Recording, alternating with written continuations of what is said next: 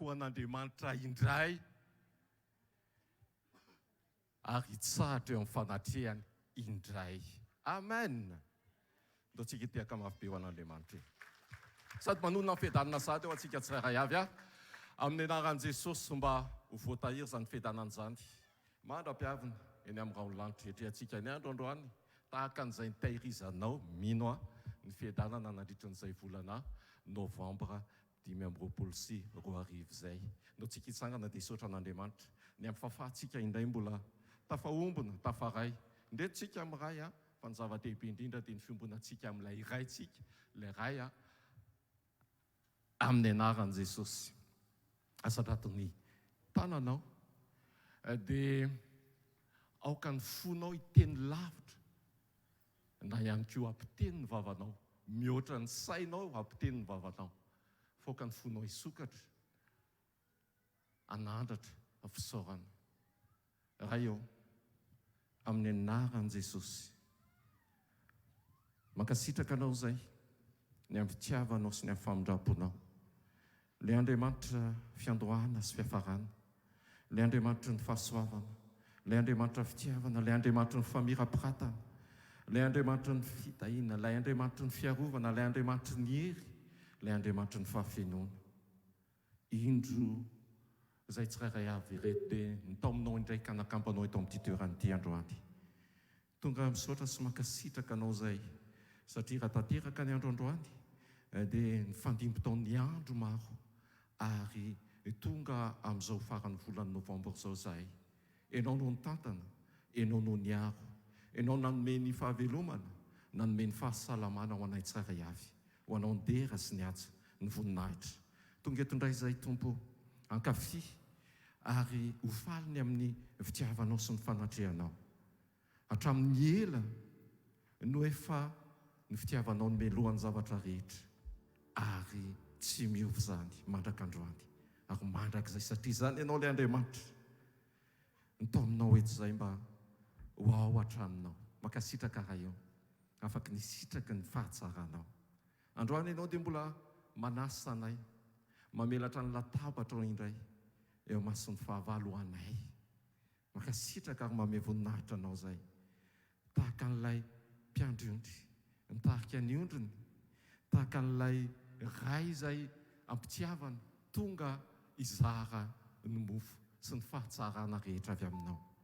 Omem-boninahitra mandrak'izay naranao. Misaotra ilay Andriamanitra fitiavana. Ndreto izay dia manolotra ny momba anay rehetra, ny fisainanay, ny fonay, ny fifantohanay, dia aoka anjaka anao feno, aoka ny fanainao masina no ameny sy amangany tsirairay avy, mba ho ilay mpanampy, mpanolotsaina, mba hanokatra ny momba anay rehetra, ahafahanay indray mandray sy mahalala ary mahatakatra, ka mitarika anay mba ahatanteraka sy akatoa izay rehetra fahamarinana sy fanambarana avy aminao. Mampety anay zany satria mampandroso anay mandraka hariva mba ho tanteraka amin'ny fiombonana aminao, ary zany ny tena ilainao mba hiaina anay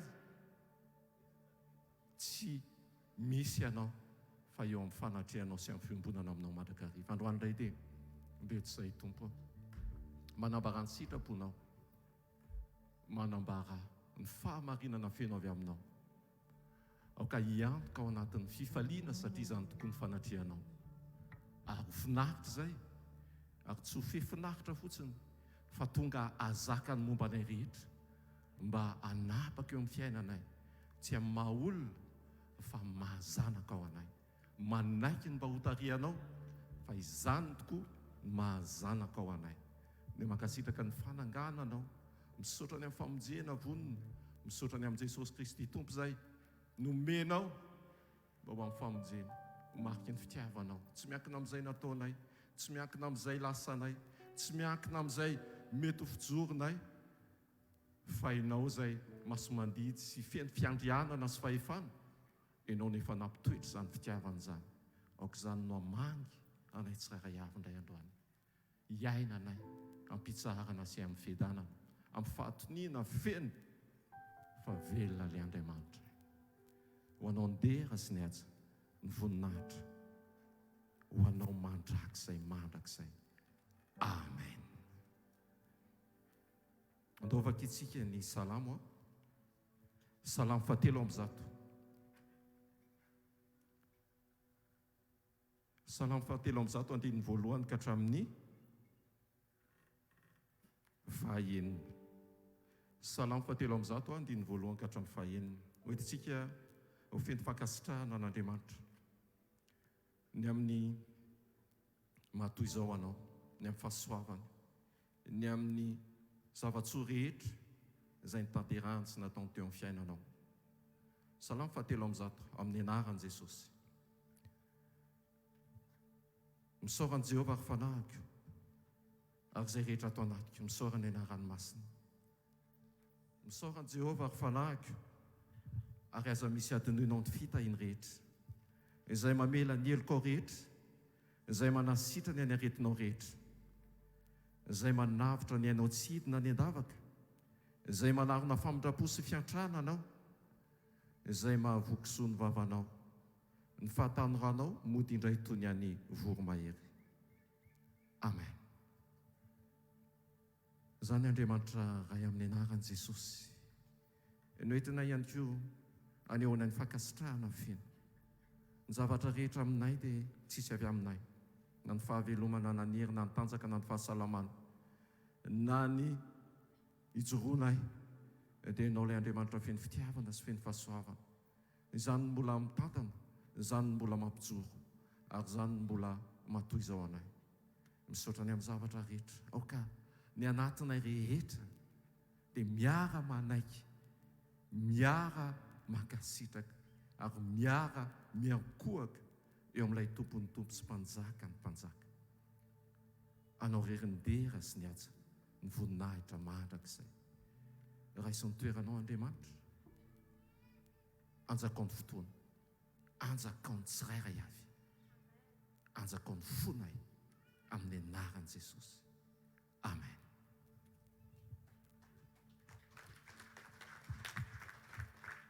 Halleluja.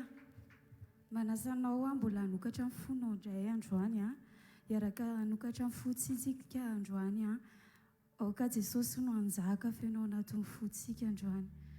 Asandrato ny tananao dia sokafo ny vavanao androany. Jesosy tia indray izay androany Jesosy manokatra ny fonay ho anjakanao Jesosy. Aoka ianao rery Jesosy io no anjaka ao anatin'ny fonay, raiso ny toeranao Jesosy, manaiky izay Jesosy io ny hotarianao indray androany, manaiky izay ny fahafeno fanahinao Jesosy hiasa ty anatinay tsirairay avy androany. Jesosy tsy mahefa ninninina izay raha misaraka aminao Jesosy, izany indrindra Jesosy eo mbola ampitoeranay ny etaetaponay Jesosy, ny ombona aminao amin'ny fotoana rehetra, ny ombona aminao Jesosy, ny aiza n'aiza lianay amin'ny fotoana rehetra Jesosy, maniry izay ny hotarianao foana Jesosy, ny toeranao Jesosy, amin'ny anara mahery Jesosy Kristy ilay velona masina manakera fa Nazareta. Ny tena misaotra anao izay Jesosy, misaotra ny amin'ny fisianao eo amin'ny fiainanay Jesosy, misaotra Jesosy ny amin'ny fanjakanao eo amin'ny fiainanay tsirairay avy, misaotra ny amin'ny fitondranao fiainanay tsirairay avy Jesosy, misaotra ny amin'ny mety zava-misy androany Jesosy, misaotra ny amin'ny situation mety lalovanay tsirairay avy Jesosy, misaotra anao izay Jesosy satria fantatray fa ao ambadika ireny zavatra rehetra lalovanay ireny dia eo foana ianao Jesosy, ary tsy avelanao hitrangy izany Jesosy raha tsy ianao no mipermettre an'izany hitrangy eo amin'ny fiainanay tsirairay avy. Misaotra anao izay Jesosy, mankasitraka anao izay Jesosy ny amin'izay mety takatra ny sainay androany, ny amin'izay tsy takatra ny sainay androany fa fantatray Jesosy fa miara-miasa mahasoa ny zavatra rehetra ao aminao. Mankasitraka ny amin'ny tombona fahavelomana izay mbola omenao anay tsirairay avy Jesosy. Misaotra Jesosy fa ianao no mitahiry anay tsirairay avy, mbola ho isan'ny tafatoetra eto amin'ny fanatrehanao izay, tsy izay akory mendrika indrindra Jesosy fa teo ny fahasoavanao, teo ny fitantananao, teo ny herinao, ary teo ny fanatrehanao Jesosy, dia mankasitraka sy manome voninahitra ny anaranao izay. Halleluja.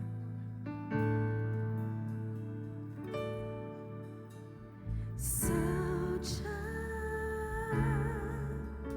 no atolotro anao, no retombonandro menao, ifandraisako aminy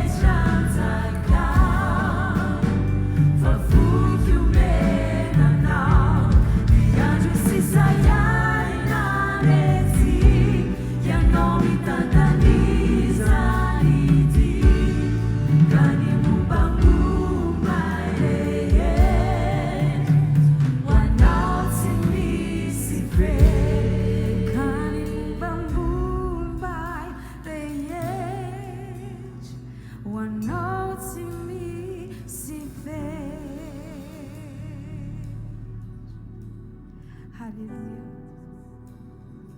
Misaotra Jesosy, ianao no mbola rivotra iainanay Jesosy. Ianao no rivotra mamelona anay Jesosy. Mankasitraka anao zay Jesosy.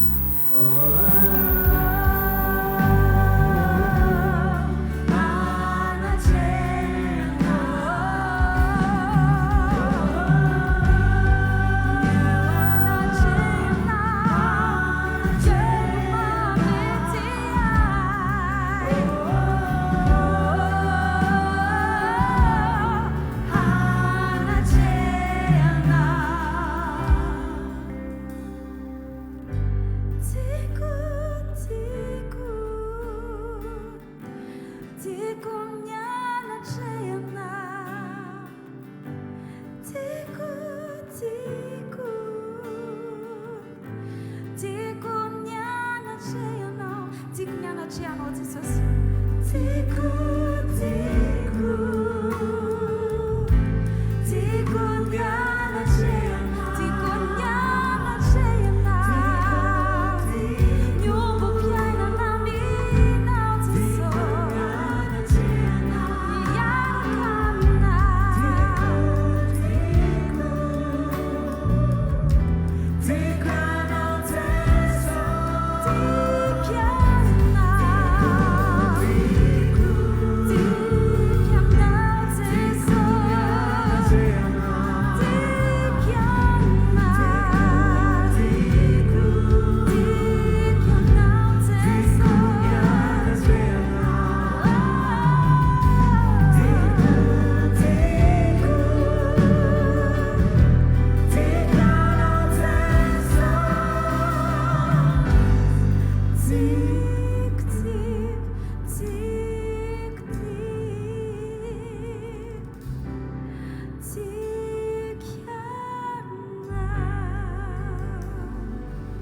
Hallelujah.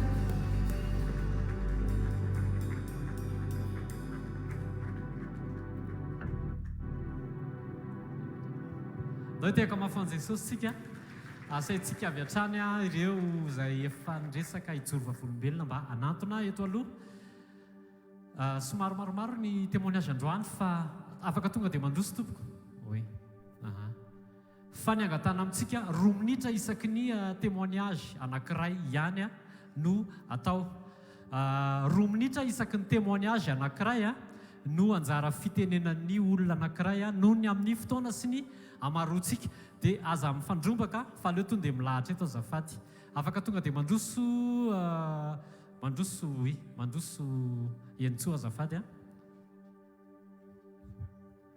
mba tantanana kely izy miakatra ety azafady eny tompoko. 2 minitra isaky ny témoignage avary. Ny voninahitra moa dia ho an'Andriamanitra irery ihany Amen. ny témoignage izay ataoko eto. Voalohany indrindra aloha amin'ny mbola ho avy eto manaraka nyity fa tsy tia aloha ny hijoroako vavolombelona. Amen. Fa 2 minitra ihany moa izy ny pasteur teo dia tonga dia afanganiko aingana be ilay izy angamba izay tena hoe zavatra efa niteneko teo.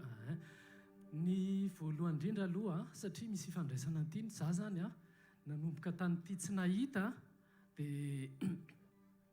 dia nisy fotoana tena mifady andro lava be dia tsy haiko teo amin'ny 10 andro teo zany dia sokafan'Andriamanitra masom-panahiko. Za tsy mahita fa mety gaga nareo tsy mahita fa niara-panahy masom-panahiko mahita be. Tena hoe voninahitr'Andriamanitra zany mahita misy hoe Jesosy eny le tare aloha tsy hitako fa misy hoe mandefa an'le rahan'i Jesosy iny satria na ny fahavalo raha hitako koa hita amin'ny masoko daholo ny zavatra niara-panahy zany. Fa dia misy hoe mazava be mety gaga nareo hoe manino hoe andro satria rehefa mikipy ny masoko rehefa maizina be zay vao mahita an'le izy fa zao mantsy misy masoandro dia mazavazava dia inona amin'izay mety hoe votoatany somary tonga dia dinganiko zany. Ny votoatany moa zany dia ny fomba an'Andriamanitra. Za aloha zany tena hitako hoe formation le izy formation le ataon'Andriamanitra anahy. Zay ny tenenako hoe ho avy hijoro vavolombelona eto an'ity.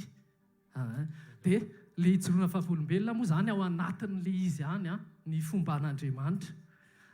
Tao anay moa zany misy ny any tranonay moa zany somary misy tamboho somary ivaiva zay dia na ny olona ankizy ary afaka misaoty an'le izy any ambadika any dia nisy fotoana zany amin'ny alina misy mpamosavy foana zany eo mandehandeha misy mpamosavy dia nisy fotoana satria masoko ara-panahy mahita zany dia voalohany indrindra alohany le mandefa fanahy reny izy dia tazako le izy dia miantso hoe any anaran'i Jesosy ndana miverina any dia avy eo nefa ohatr'izay foana nisy fotoana aloha nindroa dia ny andro manaraka indray ny andro faharoa andro taoriana inefatra averiko foana le dia za moa avy eo tonga saina hoe le olona io ange le mpamosavy io range olona hoentin'ny hodina izy fa aloha roahana any amin'ny elo roahana any amin'ny elo le izy.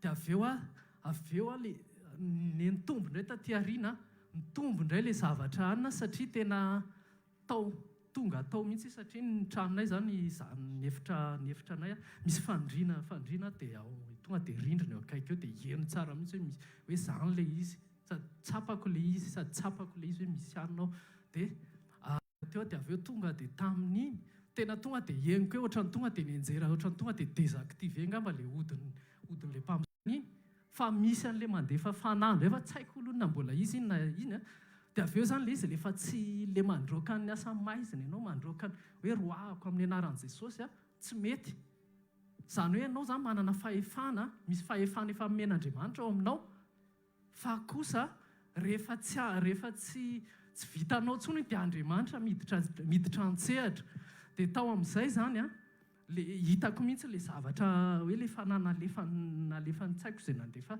dia tsy mety miala le satria ohatrany hoe fahitako azy zany ohatrany hoe ngeza be dia tsy tafavoaka an'le ivoahana dia aveo tonga dia hitako ny anjely manapaka ohatrany hoe mandidy mitrasy an'le izy dia manala an'le izy tsikelikely dia farany dia tonga dia anko farany amin'izay tena ohatrany hoe memahery vaika memahery zany le oto fa tsy mahery noho Jesosy aloha dia teo amin'izay zany nisy fotoana nandefa izy fa tena nanomboka tany an-tongotra tany ohatrany mangorangorana miakatra hatraty ambony aty dia za zany tena mivavaka satria roahana le izy tsy miala fa ohatrany hoe ngeza be dia miteny amin'izay zany hoe tena Jesosy zaho ao aminao fa mino fa hiasa ianao fa raha tsy hiasa ianao dia efa ao aminao dia aveo amin'izay zany za sady mivavaka any amin'ny alina dia matory eo tonga an'izay ny any 12 alina dia nanomboka ohatrany hoe any anaty avion ohatrany hoe mianjera zany nefa za mivavaka mandoaliko eo ambony seza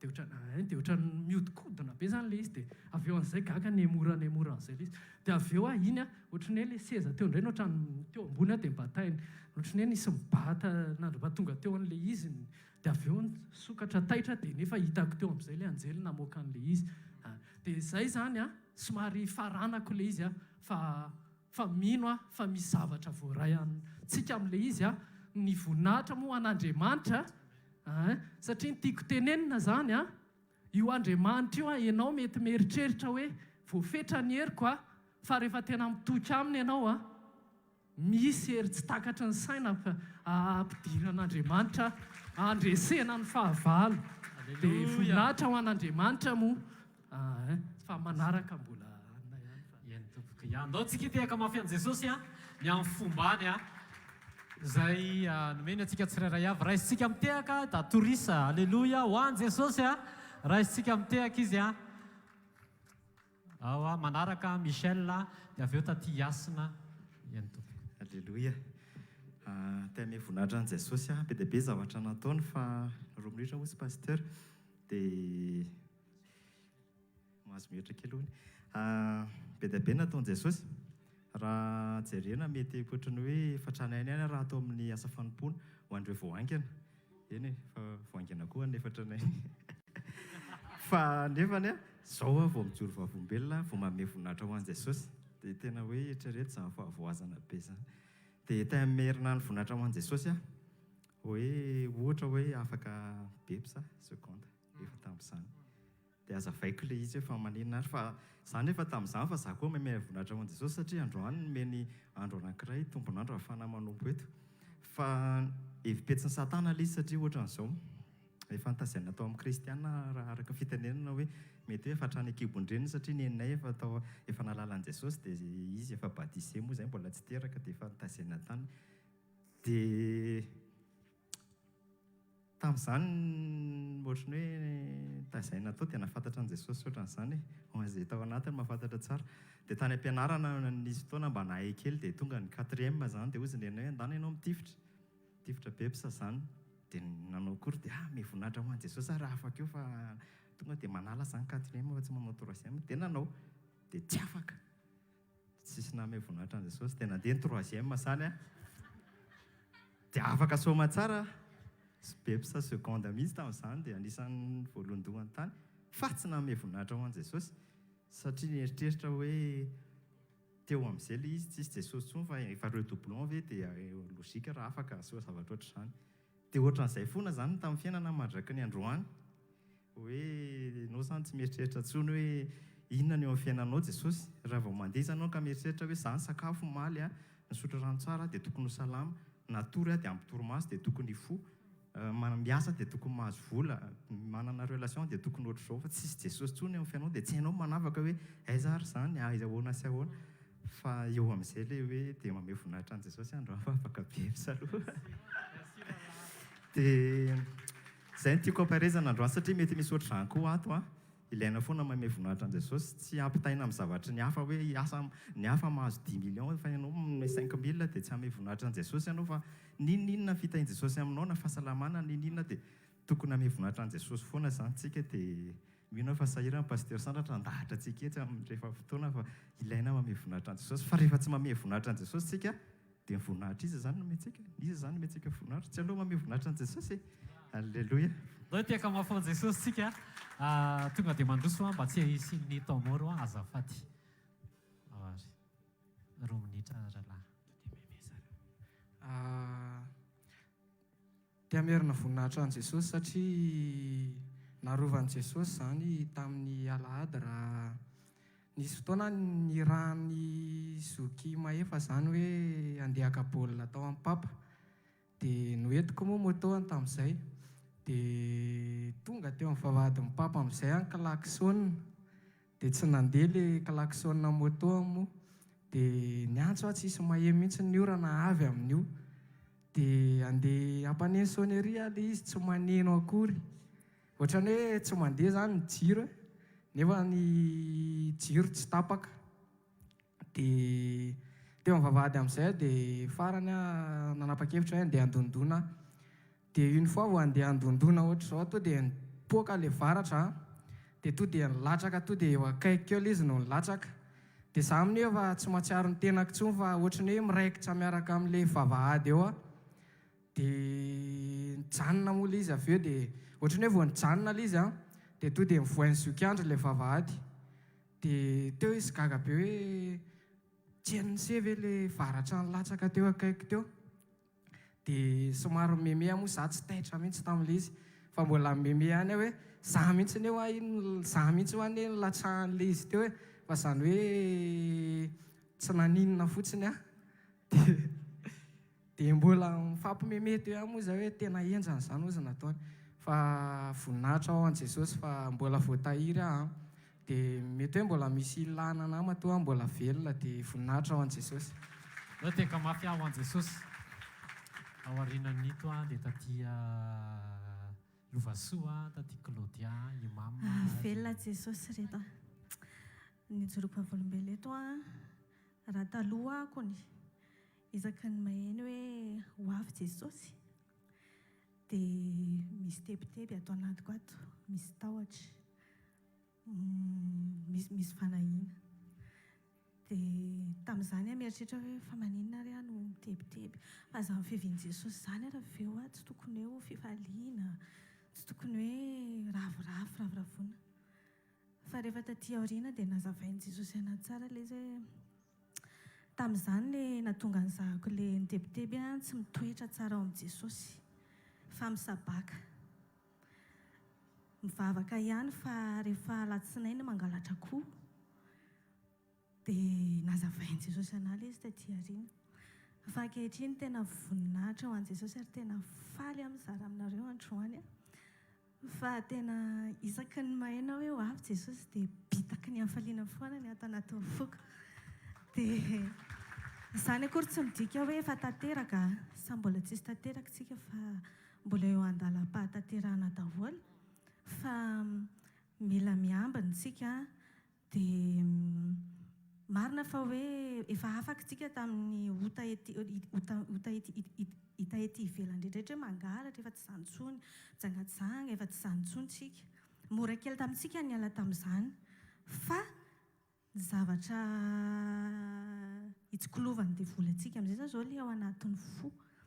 Tsy hitan'izay anaovany antsika ilay ao an'io fa rehefa ohatra tsika tsy manana fiombonana amin'i Jesosy dia mahita herika izy andavonantsika amin'ny zavatra io nefa le fotsika io mihitsy ny tena amantaran'i Jesosy atsika rehefa tonga izy dia ankehitriny tena faly be fa isaky tena hoe ao anatin'le camp-le hoe miandry an'i Jesosy zany izao dia ohatran'ireny hoe misy vahiny ho avy ao an-trano dia ampiriman-trano diovana sy ny sisa fa mbola mihoatra n'izany rehefa miandry an'i Jesosy raha ohatra hoe tezitra kely na misy fanavotona kely tonga dia efa diovana aingana aloha fofa ho avy Jesosy dia pitaky ny hafaliana dia tena paka ny sarom-balany ao anatin'ny fo rehefa ho avy Jesosy dia tena faly be foana. Aleloia. Saotra ny Jesosy dia afaka ny tahotra, tsy misy tahotra intsony rehefa maheno an'izay hoe ho avy Jesosy. Aleloia. Voninahitra ho an'i Jesosy manaraka azafady. Tahian Jesosy daholo tompoko. Tsy mendrika raha hijoro eto satria dia hijoro vavolombelona zany amin'ny tondran'i Jesosy amin'ny fiainako zany. Teo ampamaranana ny fianarako za dia 2 ans ilay izy tsy vita. 2 ans. Dia ny teny nomeny Jesosy anahy tamin'izay hoe tsarovo izy ny teny ny tondrako anao taty an'hevitra izay 2 ans izay ampanetry tenanao izana toetranao na hitandrina ny ditiko ianao na tsy. Dia tao anatin'ilay izy tena ohatran'ny tantaran'ny Jona ilay izy. Jona nandeha nakany Tarsisy hanao an'ilay fitoriana ihany izy kanefa izy niala tamin'ilay mission nampanondran'Andriamanitra anazy. Donc tamin'ny point anankiray zany nisy fijoroana nataony tao kanefa nisy fijoroana anankiray tsy nakataovan'Andriamanitra koa tao. Dia le anahy d'une part za nakatohan'Andriamanitra fa d'une part nisy fahotana niafina nataoko tao ambadika. Ohatr'izao zany ny fandehan'ilay izy. Teo ampanaovana an'ilay famaranana an'ilay izy dia nisy projet le ho présentena zany tamin'ilay fianarana. Dia io projet io tena c'est comme hoe misy tanan'Andriamanitra mibloqué mihitsy io satria tsy le fahavitan'ilay izy ny important amin'Andriamanitra fa za mihitsy ny tiany miverina ao aminazy. Dia mafy be tamiko ilay izy satria ny plus ny manodidina ana rehetra tena hoe manenjika ana daholo, manisy pression nefa ny za tsapako hoe tafasaraka amin'Andriamanitra satria nisy an'ilay fahotana miafina nataoko dia le fahotana nefa nihevitra mampisaraka antsika amin'Andriamanitra. Dia tao anatin'ilay izy à chaque fois za rehefa misy zavatra tsy haiko na tsy haiko mihitsy dia tamin'io le projet tsy haiko dia tokony rehefa misy zavatra tsy haiko dia manontany fanamasina foana dia manome saina izy, manoro lalana izy, manoro izy hoe zao no tokony ataonao zao. Fa tamin'ny fotoana za tafalatsaka tao anatin'ilay fahotana dia tsy naheno ny feo fanamasina intsony to dia tsy naheno ny feo fanamasina intsony dia eo amin'izay ianao lasa niezaka tamin'ny herin'ny tenanao hoe havitana an'ilay izy kanefa tsy izay ny sitrapon'Andriamanitra fa ny hamoizako an'ilay izy mihitsy. Le parany joroako zany ray aman-dreniko mipousse anao hoe ampanaovana olona le projet ho présenteko. Dia za nefa tao anatin'ilay izy tsy nankasitraka an'ilay izy mihitsy hoe tsy famarinana izany dia d'autre part nefa nisy an'ilay fahotana miafina nataoko dia ny récupérena tao anatin'iny mihitsy ny antony bloquen'Andriamanitra an'ilay izy. Dia au fin de compte za rehefa tena tsapako hoe tafasaraka tamin'i Jesosy dia le etaeta te hiverina iombona sy te hiverina hifandray aminazy indray ny tato anatiko fa tsy ny etaetako intsony hoe mba ho vita le izy. Avant an'io za tena nanery an'Andriamanitra foana hoe mba atao vita izy satria hitanao Jesosy ny pression be dia be any manodidina ana ny ray aman-dreniko ny sisa. Fa tena najango tany le izy fa zaho Jesosy tena ohatrany hoe nonanao za te hiverina aminao. Tsy izany ny important amiko, tsy ny havitany intsony ny important amiko fa ny hatsapa indray le hoe fifandraisana mpolalina aminao vaovao indray. Dia rehefa niverina ny vavako ohatr'izany za tsy niraraiko intsony le fianarana, tsy hoe tsy niraraiko intsony le fianarana fa tsy nangataka tamin'Andriamanitra intsony ny havitan'ilay izy. Tao anatin'izay Jesosy namindra fo nampisehony tamiko indray ny fitiavany anahy dia tena hoe tsy takatry ny saiko le fomba fiasany satria nefa raha le présentation mention très bien. Dia voninahitra ho an'i Jesosy irery ihany.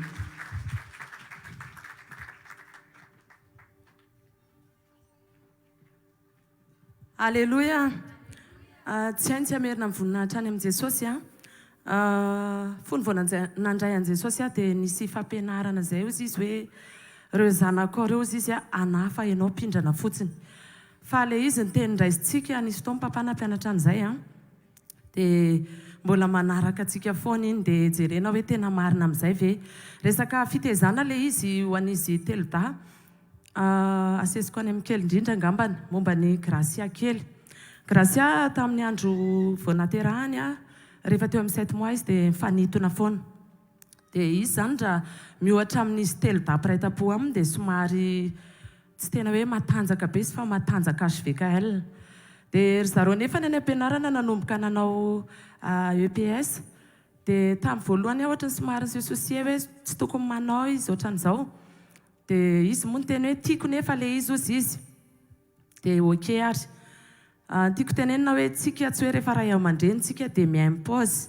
na voatery foana hoe tsy maintsy hoe nona na tsy maintsy hoe kena fa jesosy ny tompony zanakitsika dia ok ary fa rehefa navotsitra izy mandeha manao an'le EPS dia misy fotoana izy avy any tonga dia reraka be dia mitaraina marary be daholo ny vatany dia nisy fotoana amin'izay izy tamin'ny herinandro niverina nanome kely an'le symptôme le izy mifanitona tamin'ny mbola kely dia za moa zany tsy nandatsa hoe ohatran'izao fa norienteko moramora izy hoe hitany gracia zao le tokony hoe tsy hanaovanao an'le EPS satria ny vatanao mihitsy tsy mazaka an'le izy dia ok neny ozy izy fa ahoana ary zany ny atao dia voninahitra ho an' Jesosy hoe tsika rehefa mamela ny fitondrana ao an'Andriamanitra dia mandray foana izy dia faharoa indray ho an'le zanako lamatoa afaka baka izy tamin'ny heritaona dia rehefa nanontaniana hoe ahoana amin'izay inona ny atao dia ozy izy hoe za aloha insta dia akaina zany tia nytenenina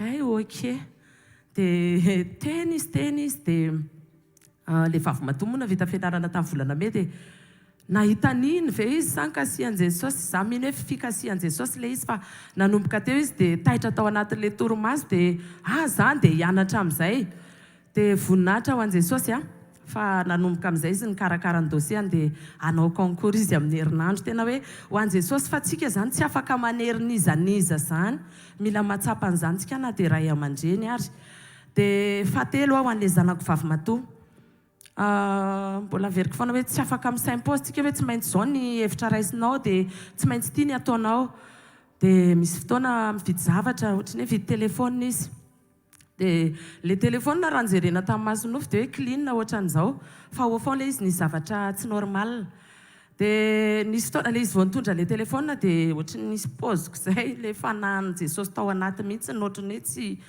dia izy koa moa nahita an'izay dia efa somary tonga saina hoe way ohatrany tsy tiako indray ty izy fa amidiko dia nefa varivariana teo izy dia tsy namidiny le izy dia tonga amin'izay ny tamin'ny talata dia voanjo tany amin'ny cybercriminalité izy dia za moa tonga dia zao nataoko mantsy anazy hoe andao hibebaka dia izy koa efa vangian' Jesosy toy izy neny eo za ozy izy tena hibebaka fa tsy nihain'ny feo fanamasina fa ianao ozy efa nampiasain' Jesosy tamin'le ianao nanao pozy hafahafa iny fa za no tsy tonga saina dia ozy hoe aza manamely tena fa andao hibebaka dia rehefa nibebaka dia avy eo moa ny antso an'ny ray aman-drenitsika dia teo dia hoe mandehana amin'ny se présenté any fa satria eo satana manao zavatra be dia be hoe le puce tsy misoratra amin'ny anarany dia afaka zany ianao hoe tsisy eo any fa za tonga dia tsy nety hoe le olona misoratra amin'le anarana tsy mety zany fa izy tsy meloko dia zao nataoko rehefa nandeha izay mianaka ny alarobia maraina tsy maninona mihitsy na ohatra ary ka miverina any ny telefona iny fa clean ianao eo anatrehan' Jesosy dia rehefa tonga tao dia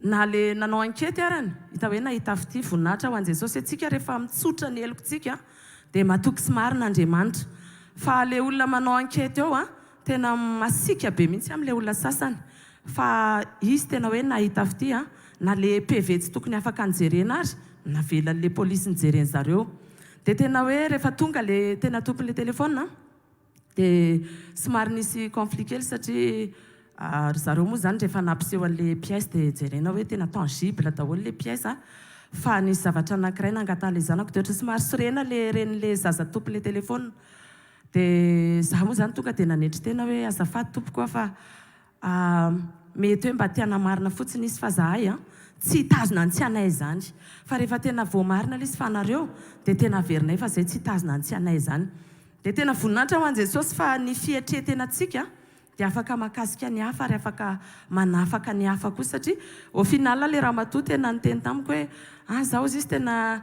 tsy te hijoro hoe fahavalontsika fa hitako ianao hoe manana an'Andriamanitra dia voninahitra ho an' Jesosy tena hoe le izy na dia atao hoe tsy nahalalitsika klina mampigadra foana no mividy zavatra halatra zany fa tena voninahitra ho an' Jesosy hoe tena afaka madidio le zaza tsisy volana lona ny ariary ary voninahitra ho an' Jesosy fa Jesosy rery ny afaka manao an'izany dia farany resaka fiarovana le izy nisy fotoana izay namangy Jesosy dia nandeha nanao mission manjakandriana dia nilavay an'le mission ny salama be hvkl dia zao moa nataoko tao anatin'le izy hoe Jesosy tsy maninona raha ohatra ka zao ny fotoana fa za manaiky andeha fanengaviako fotsiny mba aoka tena mba adio raha ohatra ka ho alainao satria tellement tena henonao ianao hoe miady amin'ny fanampahafatesana dia rehefa tonga tany dia vao tonga teo amanjakandriana dia miteny olona maty le zanaka mpanompon'Andriamanitra ohatran'izao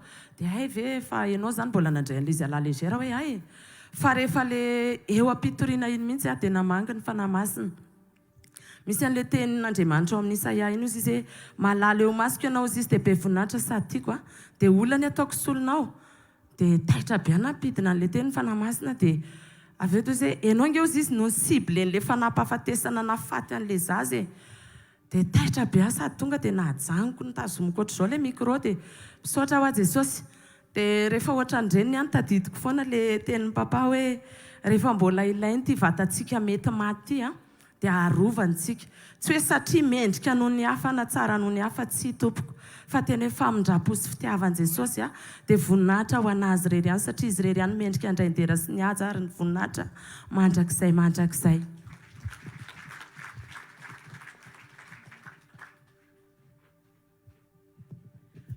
voninahitra ho an' Jesosy rery ihany no ahafahana mijoro fahavolombelona eto izahana foezina le izy tamin'ny taona tsy haiko 3 taona lasa angamba izay resaka asa zany le izy tena tiako be ny asako dia nefa ny tena tsy sitrapon'Andriamanitra zany satria nisy fotoana pasteur sandratra mihitsy ny teny hoe zavatra ankafizinao mihoatra no Jesosy ozy izy na tianao na tsy tianao dia tsy maintsy esorana izay ary marary dia tamin'ny fahazazana moa izay no afatry bebe anay hoe aza misy atakalo asa fa asa no mahaolona ny asa no vady voalohany dia tena hoe nitsatoka be tao anatiko izay dia tena tsisy natakaloko ny asako mihitsy tokoa na ny fivoriam-bavaka ary dia nomeny Jesosy client matavy be izay zany dia jalijaly be nanao an'le asa satria pression be foana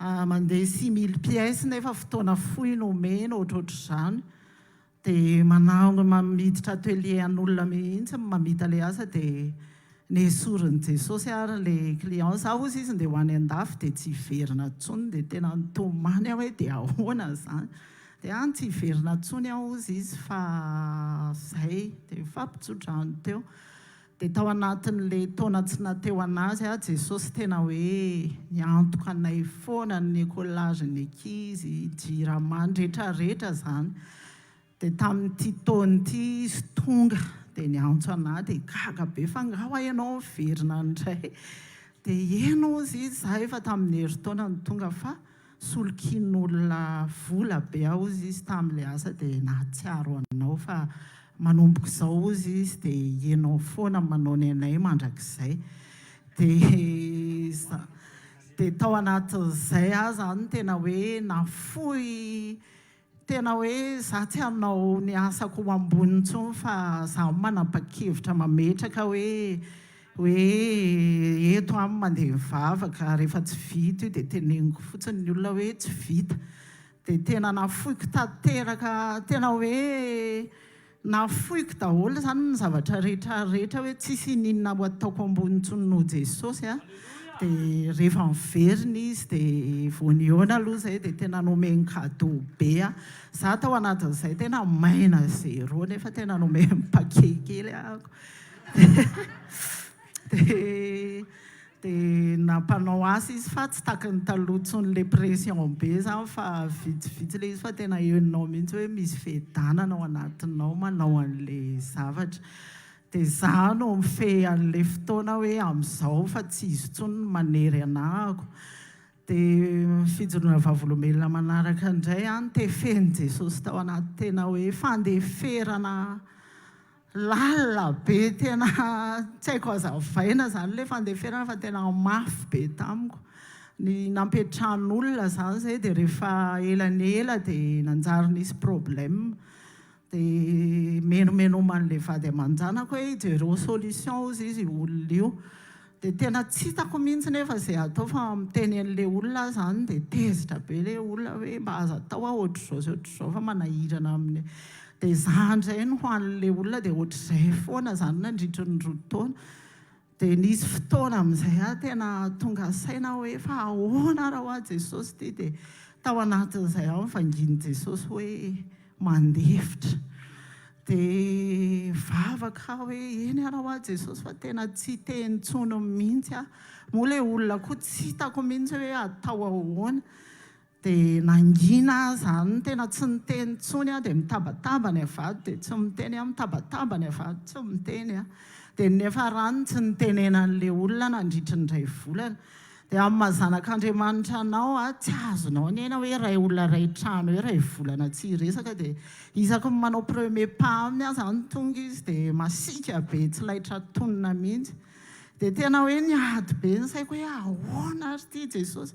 Dia tamin'ny fotoana kiray tsy napoziko izy amin'izay nanantona anahy.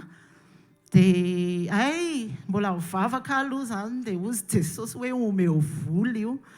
Dia tena tsy lasa kosa hoa zany Jesosy fa ahoana. Dia izay fotsiny dia nitady hevitra be aho zany hoe ahoana ary ny anatonako an'io satria izy vao anatonana tonga dia masika be. Dia natrangany Jesosy amin'izay le problème izy ny nanantona anahy meloha dia tsisy olana ho afa tiany ianao. Dia tao anatin'le zanan'olitra iny a nisy zavatra rava tany anatiko tany tena hatramin'izay ka hatramin'izao tena henoko be hoe niova be ny tao anatiko lasa tsy mora tezitra tsony na misy mandrangitra tahaka n'inona ara dia ohatrany hoe tsy zaza mihitsy le olona tenenina fa efa 3-4 jours aty aoriana hoe efa za le nirabirabiany olona iny. Fa na mahita le olona ary a dia tsisy olana mihitsy tany anatiko tany. Dia ho an'i Jesosy mivoninahitra fa nomen'olona trano maimaim-poana io olona io a. Dia amin'izao tamin'ity herinandro ity olona io nomeny Jesosy fitahiana tena hoe manana ambiampy. Ampizaraino anay le izy a. Dia ho an'i Jesosy rehetra mivoninahitra.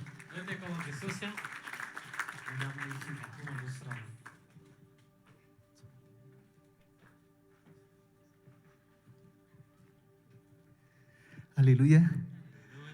Voninahitra ho an'i Jesosy a. Dia ny joroko vavolombelona eto misaotra an'i Jesosy dia misaotra ny mpanompony ihany koa nanome fahafahana afaka mijoro maneho ny fahasoavana izay nataon'i Jesosy tamiko a. Tao anatin'ny teo amin'ny 2 volana lasa teo dia nisy tena aretina tena satsika efa fazy efa somary ambonimbony satria nisy tumeur zany tao amin'ny adohako. Dia io tumeur io zany a rehefa nijerevana dia raha mazavay kely angambany hoe ny fomba fitrangan'le izy a fa mety ilayntsika ihany koa. Nisy mission zay a dia nataonay zany tany amin'ny fianaran-tsoa tany dia nanomboka ny tsy nahita ny masoko ilany tany ampanaovana mission asa io a. Dia eo amin'le mijery eo dia tsy mahita ny ilany.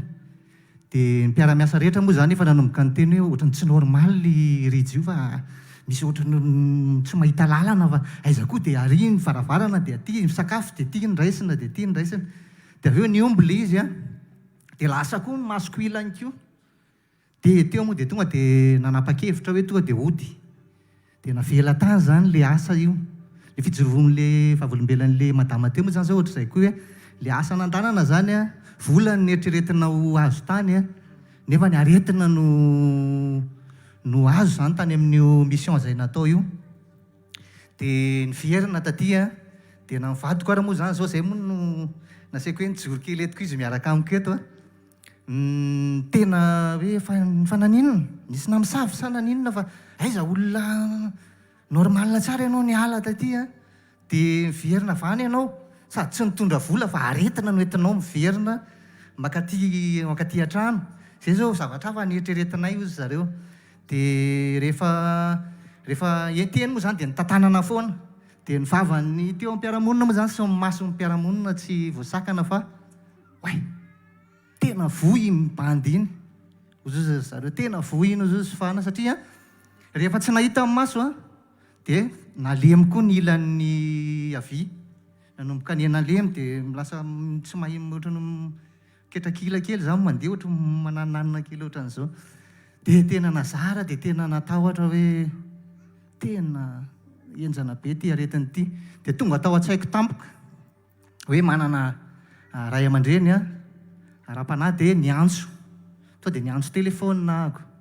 Rehefa niantso telefônina tsy teto toerana io mpanompon'Andriamanitra io fa tany ivelany.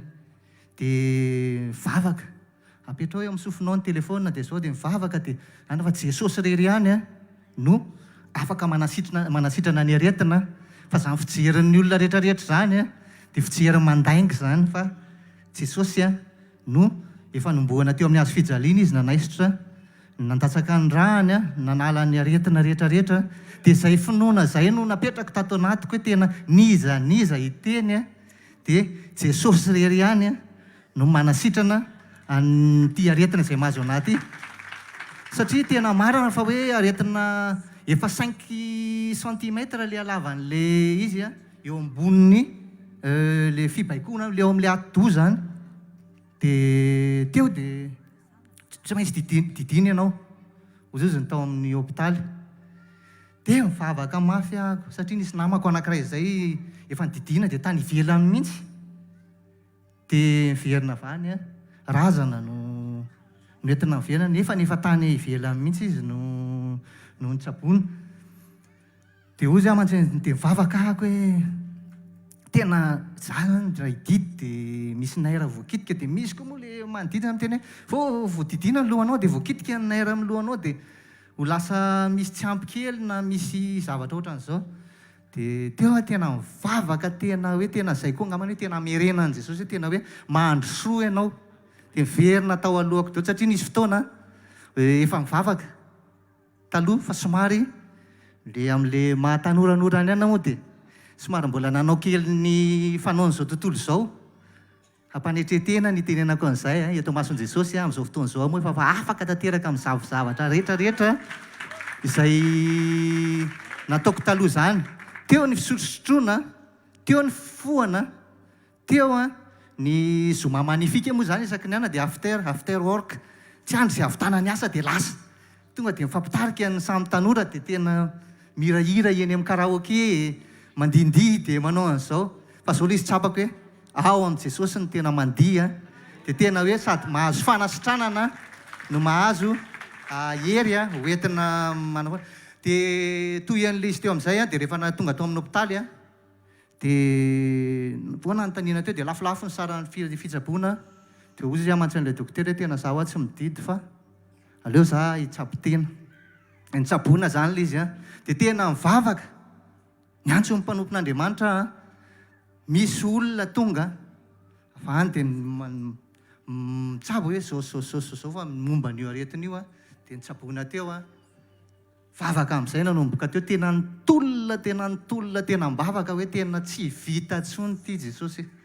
Za zany tena oza hoe tsy misy hevitra tsony ty fa aleo miandry ny eto ambony fandrina eto zany dia iandry ny fiombon'le aretina eto zany fa tena tsisy ihany ny vavaka amin'izay zay mivady ary mbola isorako mivadiko hoe tena nitolona mbavaka izay mivady satria dia tena ranomaso tena tsy andro amanalina zany zay tena hoe mivavaka foana nanina tao anatin'io roa volana io a dia tena mivavaka foana nalefa amin'izay avy eo nalefa ny scanne na anjavona tanteraka tena tsy hita miala tanteraka ilay masy volumineux moa zany le filazany zareo an'ilay izy hoe masy zavatra ohatrany hoe vaingana raha be eo ambon'ny ato le mibaiko le mibaiko mihitsy zany dia nansaina zany a za efa hitako tena tao anatin'izay zavatra zay saika diniko kely a tena nikorotana hatramin'ny tao tokantrano satria miteniteny foana indray zany miteniteny foana indray tena tenindratsy mihitsy indraindray ohatrany dia nefa tsy mpitenindratsy dia navadiko raha gaga hoe ianao hoe mitenindratsy dia ozy aho hoe tsy za zany ao fa mety ana dia voly zany sitrana tanteraka zany zao amin'izao fotoana izao a raha nitanjaka hoentiko miakatra eto amin'izao fotoana izao tena ino moa zany sanatriny zany ohatra nireny le tapaka lalan-draha reny fa miditsy manao kely an'izao tanana io ohatry mizingozingo be manao ohatra an'izao dia ohatry manao ohatra ny dia entiko kely teny fampaherezana ho antsika tanora tena za satria tao anatin'ny hoe tanjaka tao anatin'ny fahatanon-drana satria tena nanao ara-marseo moa zany taloha nitoko be tamin'ny tena hery sy ny tanjaka fa nyteneniko antsika tanora dia tena zava-poana daholo zany zavatra rehetra zany fa rehefa tafiditra ao anatin'ny aretina dia tena hitanao hoe Jesosy rery ihany no afaka taridalana amin'ny zavatra rehetra zay tokony atao satria izy tompony aina dia tena hoe Jesosy fa raha tsisy anazy aloha za dia mazava ho azy za moa niteny an'izany tampanimpon'Andriamanitra efa very raha lavitra anazy dia tena grasy tena nanao teny ino moa zany fiantsoana zany avy eo mihitsy hoe ny andro mpiainako dia atokako hiderako an'i Jesosy amen saotra tompoko Alleluia, amena voninahitra foana arak'izay zavatra nyteneniny zany dia mila tanjaka sy hery ho anà le mitaiza anazy le mitsabo anazy moa zany dia tena enkonanana hery rehefa nanana fiombonana tamin'i Jesosy sabotsy anankitelo androany angamba nandehanako niombona tamin'i Jesosy fa enkonanana fiadanam-po rehefa mandray andrahan'i Jesosy ny tenan'i Jesosy dia maka hery antsika rehetra hoe midira amin'ny fanomponan'Andriamanitra tsisy afa-tsy izy rery ihany fa raha nitanjaka sy ny hery efa nytena arak'izay teneny izay efa grasy tena hoe efa kely ny finoana raha maha olombelona fa teo Jesosy nampatsiahy hoe mbola velona ho anareo dia velona amin'ny Jesosy ny voninahitra. Alleluia. Témoignage farany zany ianao anazy vetivety fotsiny pastera izaho natao anaty 2 minitra mamanay mety efa hitanareo mety mbola tsy hitanareo mahatsiaro le témoignage le raha teo tratrany tumeur ana cerveau kambana izy tamin'ny année 74 maty ny kambana taminazy tratrany tumeur ana cerveau io dia ny fisehony tonga dia eny an-dalana tonga dia mikarapoka tampoka ohatrohatran'izay dia tamin'ny fotoana nanomboka nanao communion tsika tery amin'ny tranomanga ery Atsiadana talata alohan'ny communion alarobia nanao visite mamanay dia nitenen'ny dokotera hoe raha ela indrindra afaka 2 volana io mamanareo io dia maty satria efa misy lavaka be ao amin'ny kiranany ao dia 2 milimetatra sisa dia maty zany io rehefa mikoka an'le izy talata izay no nakany amin'ny natao radio sy ny rehetrarehetra dia larobia tonga tao amin'ny communion tao amin'ny tranomanga hoe andaony ny vavaka tsisy solution satria ny kambana aminazy efa maty dia io no nafaty azy tonga tao amin'ny communion tsisy fametrahan-tanana fa communion tahaka ny androany nandeha ny communion larobia lakamisy izy na zoma tao arinan'io andehanao contrôle tena hoe olona tsongaina zany no hoe andehanana manao contrôle an'le atido nentina tany amin'le anaovana contrôle gaga le nanao radio fandroany hoe fahoany ty tsisy nininina tena hoe ny foanan'i Jesosy dia ozy izy hoe raha le professeur nanome an'ity résultat ty tamin'ny voalohany ozy izy raha tsy fantatro dia ozy hoe mandainga fa tsy possible ozy izy zavatra zao fa miracle no nahatonga an'io androany nefa ny fotoana ny communion dia ozy izy niteny le ranabavy teo hoe tena vokatry ny fiombonana tamin'i Jesosy dia nisitranina ilay izy. Alleloia, mbola aniny eny, mbola velona any hatramin'ny androany. Tsy haiko inona taona firy, mety hoe 2017 ve sa 2018. Ny dokotera nanome fotoana 2 volana fa hatramin'ny androany izy mbola any. Ny famindram-pon'i Jesosy sy noho ny fitiavany. Alleloia. Miombona amin'i Jesosy, mampirisika anao andao iombona amin'i Jesosy, fotoana tsara androany. Amen. Ndao tsika hitsangana dia ndao tsika hivavaka. Jesosy daholo ny tao ambadika izany. Asandrato ny tananao dia hisaory izy fa tsara tena hoe tsy voatanisa. Mety hoe afaka BBC izy tamin'izany fa androany ny fotoana namerena ny voninahitra ho an'i Jesosy. Tiaka ianao hisaotra an'i Jesosy, hanome voninahitra an'i Jesosy, ny amin'ireo dingana nitondrahan'i Jesosy ianao hatramin'izao, ny amin'ny iarovany ianao. Mety hoe tao anaty tanjaka sery dia nandeha ny liba sy nanao zavatra maro samihafa fa noho ny fitiavan'i Jesosy. Fitiavan'i Jesosy no manery antsika tonga eto androany. Misaotra Jesosy ny amin'ny fitiavanao fitiavanao no mahatonga anay voatahiry hatramin'ny androany. Fitiavanao no niazonanao ny ainay tsy ho faty tao anatin'ny ditra sy ny filibana maro samihafa fa no azonao izay ho tratran'ity fotoana ny communion ity. Misaotra fa fitiavanao no tsy namelanao an'ilay fianarana le soutenance vita 2 taona lasa satria tsy mankasitraka fahotana miafiny ianao. Fa tianao izay tena hoe hibaboka eo anoloanao, andeha araka ny sitraponao. Fa rehefa manome anjany izay dia fitsoranao ny zavatra rehetrarehetra. Misaotra noho ny amin'ny nanerenao anay Jesosy hiala ao anatin'ny fametrahana ny asa ho loha laharana, fa hametraka ho loha laharana sy vaindohan-draharaha kosa ny fiombonana aminao. Misaotra ny amin'ny fiarovana Jesosy fa namilatsaka ranovaratra. Rehefa eo ianao ianao no mahery ambony mahery, ary izay le tenenin'ny Jaona hoe lehibe izay atao anatinay no olona eo amin'izao tontolo izao. Misaotra noho ny amin'ny fiarovana, noho ny amin'ny herin'ny maizina, ny amin'ny mpamosavy sy ny amin'ny zavatra izay ataony fahavalo. Tsy nantsony izay hifantoka amin'ny fahavalo, fa nantsony izay hijery anao ilay tompon'ny finoana sy mpanefa azy. Misaotra Jesosy fa tianay loatra ianao. Misaotra ny amin'ny fampahitana fity izay ataonao. Misaotra Jesosy fa ampioreninao aty anatinay rehefa tsara fiombonana izay. Ny fiadanana mety mandeha foana ny fanairana, fa mampirisika anay izany tsy atahotra ny fiavinao, fa mampirisika anay izany hiomana mandrakariva ary mangetaeta sy velona ny fanantenanay. Fa ny tsara indrindra no miandry anay dia ny fionana aminao sy ny fiombonana aminao mandrakizay. Misaotra fa ampianarinao izay ahy andefitra. Misaotra fa ampianarinao izay ahy ankatoha. Misaotra fa ampianarinao izay tsy hanery ny olona mba hankatoha anay.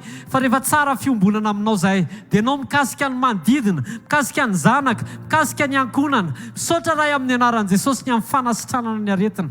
Misaotra fa mamangy ianao ary misaotra ny amin'ny fitehirizanao. Misaotra ny amin'ny fotoana ny communion ity izay tsara indrindra Jesosy satria ny zavatra izay atrehanay androany dia tsara lavitra noho ny omaly. Misaotra Jesosy ny amin'ny fotoana ny communion ity hoeto indray izay amin'ny alalan'ny teninao ahitany ao am-ponao. Misaotra raha amin'ny anaran'i Jesosy. Raisanao ny voninahitra mandrakizay ray. Raiso ny voninahitra Jesosy ary misaotra fa namasina fa mibitsika aminay foana ianao ho anao mandrakariva ny fiandrianana amin'ny anaran'i Jesosy. Amen. Andao tiaka ho an'i Jesosy tsika. Alleluia. Andao ity tanana mafy be eo amin'ny mpanjaka, ny mpanjaka sy tompony tompony. Misy zavatra eo amin'ny fiainana tena nehoan'Andriamanitra ny tanany anaporofony amintsika fa ny hery sy ny fahefany dia tsy miova mandrakizay. Fa manindry ny vavolombelona rehetrarehetra ireny niretsika androany dia ampahery antsika Andriamanitra fa indro ny tanan'i Jehova tsy fohy fa mahavonjy, ary ny sofiny tsy lalo-dalovana fa mare. Fa Andriamanitra dia Andriamanitra marina izy. Tsy le vetivety atao tany ny tena tian'Andriamanitra hiainantsika, fanofananantsika antoka ny mandrakizay miaraka aminy. Mba fantatrao 70 taona sy 80 taona ny fiainan'ny olona eto ambonin'ny tany. Fa tsy azo oharina amin'ny mandrakizay, tsy manam-pahataperina izay nomanin'Andriamanitra ho antsika izay fiainana vetivety kely lalovantsika eto an-tany. Izany no mahatsara ny fon'ny olona mamboatra fiainana miaraka amin'Andriamanitra. Mamboatra fiainana miaraka amin'Andriamanitra. Aza vela isy zavatra lalovanao eto an-tany na sitrapotsy tanteraka ampisaraka anao aminy. Tadidio fa ny anankiray tsy afaka eo amin'ny fiainanao na hiala eo amin'ny fiainanao dia tokana ihany tsy ny zanakao, tsy ny vadinao, tsy ny olona akaiky anao indrindra, tsy ny ankonanao, tsy ny ray aman-dreninao, fa izy ny nahalalanao fonombola, tsy nitorotorona tao kiboneny ianao, izy ny akompanianao mandra-pahatonganao teto ambonin'ny tany, izy miantoka ny fiainanao amin'ny séjour rehetra zay lalovanao sy ainanao ary andalovanao eto amin'ity tany ity. Izy nanome antoka fa hitsenanao any amin'ny rahoan'ny lanitra amin'ny fotoana iverenany apakatranao. Jesosy no anarany. Ao fofany amin'ny lanitra ny tanao dia misaora azy amin'ny fonao manontolo. Tia kasitraka anao ampoza Andriamanitra, tia hanome voninahitra anao ampanaza e, tia hidera ny anaranao, tia koka eo anatreny fiandriananao ilaza fa Andriamanitra ianao. Misaotra ny amin'ny fikitiana ny any anatin'ny lohan'ny olona tsy hita maso. Misaotra ny fanamarinana maimaim-poana ny teny zay ampitondranao ny mpanomponao amin'ny alalan'ny fahamarinanao zay manamarina fa avy aminao ny teny. Nisy fotoana teto ianao ny laza fampanjavona tumeur na cerveau, ary tsy ndre mandehana indroa ianao no nanao an'izany fa imbetsaka. Fandroany dia menao mipirofo anankiray azy tsapahitanana fa mbola afaka mikasika any anatin'ny olona ianao. Eto misy olona mila an'izany kasika izany Andriamanitra. Mety tsy vitan'olombelona tsony ny kany fa ilany ianao, ary tsisy nininona koa mo vitan'olombelona. Fa ianao rery no afaka mita ny zavatra rehetra. Aoko ty fotoana androany marainty, ho fotoana ionan'ny olona marina aminao, andrenesany teninao, sokafo ny fonay Andriamanitra. Angatao ny fanahy masina, sokafo ny foko Andriamanitra, sokafo ny saiko, sokafo ny fanahiko, ifandraisako amin'ny tenim-pahamarinanao. Milanao fanahy masina, apio anapahatakarana indray, andray tenim-pahamarinana avy aminao. Dia aoka ny teny rehetra zay laoko ny vava amin'ny mpanomponao, tsova amin'ny sainana voafetra na fahendrena maha-olombelona, fa teny fiainana araka ny teninao hoe ny teny zay lazaiko aminareo dia fanahy sy fiainana. Amin'ny anaran'i Jesosy, amen. Cantulo,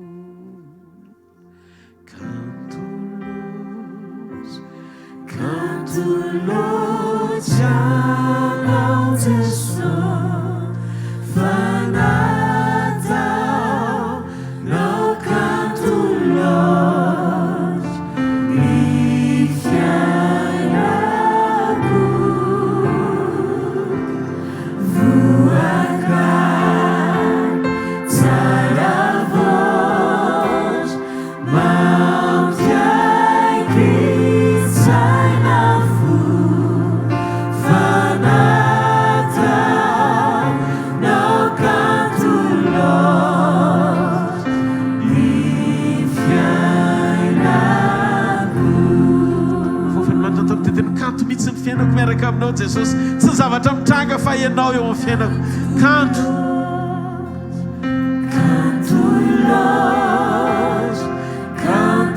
Lord, janao Jesosy, fanatao, no canto Lord, mi fiainako, voacar, tsara voz, mampiai que sai na fu, fanatao, no canto Lord, mi fiainako. Hoy Jesosy, satria velona dia velona koa ianareo. Saotra Jesosy ny fiainam-baovao ao aminao, saotra ny amin'ny teny mitondra fiainana ao anatinay. Aoka ty teny ty Andriamanitra hitondra famelombelomana, famonjam-panahy, fanavaozana ny aina, fanandratana ny anaranao, hitondra fanasitranana ho an'ny nofo rehetra, ary hanome hery ho an'izay ketraka anao ny maraina. Amin'ny anaran'i Jesosy, amen. Sy tia tanana mafy be ho an'ny Tompo, ataovy mafy ho an'ny tenin'Andriamanitra. Halleluia. mahaza ho toerana tompoko. Mba fantatrao ve fa ny fifohazam-panahy tsy miankina amin'ny isan'ny olona fa miankina amin'ny fiovampon'ny olona marina tena manaiky sy manao ny sitrapon'Andriamanitra. Zay le hoe miaina ny fiaina mbaovao. Androany maraina hitondratsika eo anatin'ny fotoana fohy amin'ny alalan'ny tenin'Andriamanitra. Ny zava-miafin'ny hatsaran'Andriamanitra, averiko, ny zava-miafin'ny hatsaran'Andriamanitra hisitrahantsika ao anaty fiombonana, ao anaty communion. Ny zava-miafin'ny fahatsaran'Andriamanitra hisitrahantsika ao anaty communion na fiombonana. Rahantsika ny Genesis 2:2 manomboka amin'ny 7:20 ka hatramin'ny 7:20. Ovakiko amin'ny anaran'i Jesosy.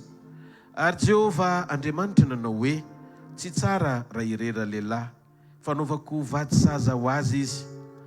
Ary tany namoronan'i Jehovah Andriamanitra ny bibidia rehetra sy ny voromanidina rehetra, dia nentiny tany amin-draha lehilahy ireny ahitany izay nonany azy avy. Ary izay rehetra nanonandra lehilahy ny zava-mananaina rehetra dia izany no anarany. Dia nomen'Andriamanitra anarana ny biby, nomendra lehilahy anarana ny biby fiompy rehetra sy ny voromanidina ambany bibidia rehetra, nefa tsy hita izay vady saza ho andra lehilahy. Ary Jehovah Andriamanitra nasondritory andra lehilahy ka dia natory izy. Dia naka ny taola tehezana anankiray izy ka nanakombona nofo solony. Ary ny taola tehezana izay nalain'i Jehovah Andriamanitra tamin-dra lehilahy dia nataony vehivavy ka nentiny tany amin-dra lehilahy. Ary ro lehilahy ankehitriny dia taorana avy amin'ny taolako ity sy nofo avy amin'ny nofoko.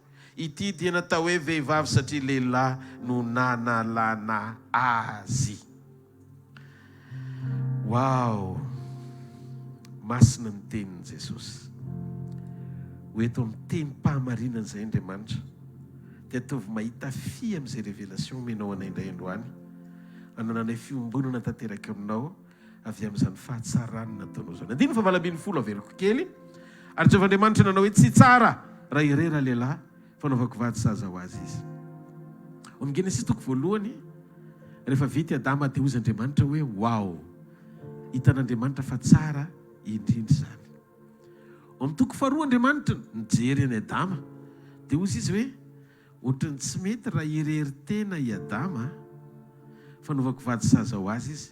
Fa misy fahatsarana ambonin'ilay fahatsarana efa vitako tao amin'ny Genesis 1 tsy tanteraka raha tsy hanaovana Eva vady saza azy izy.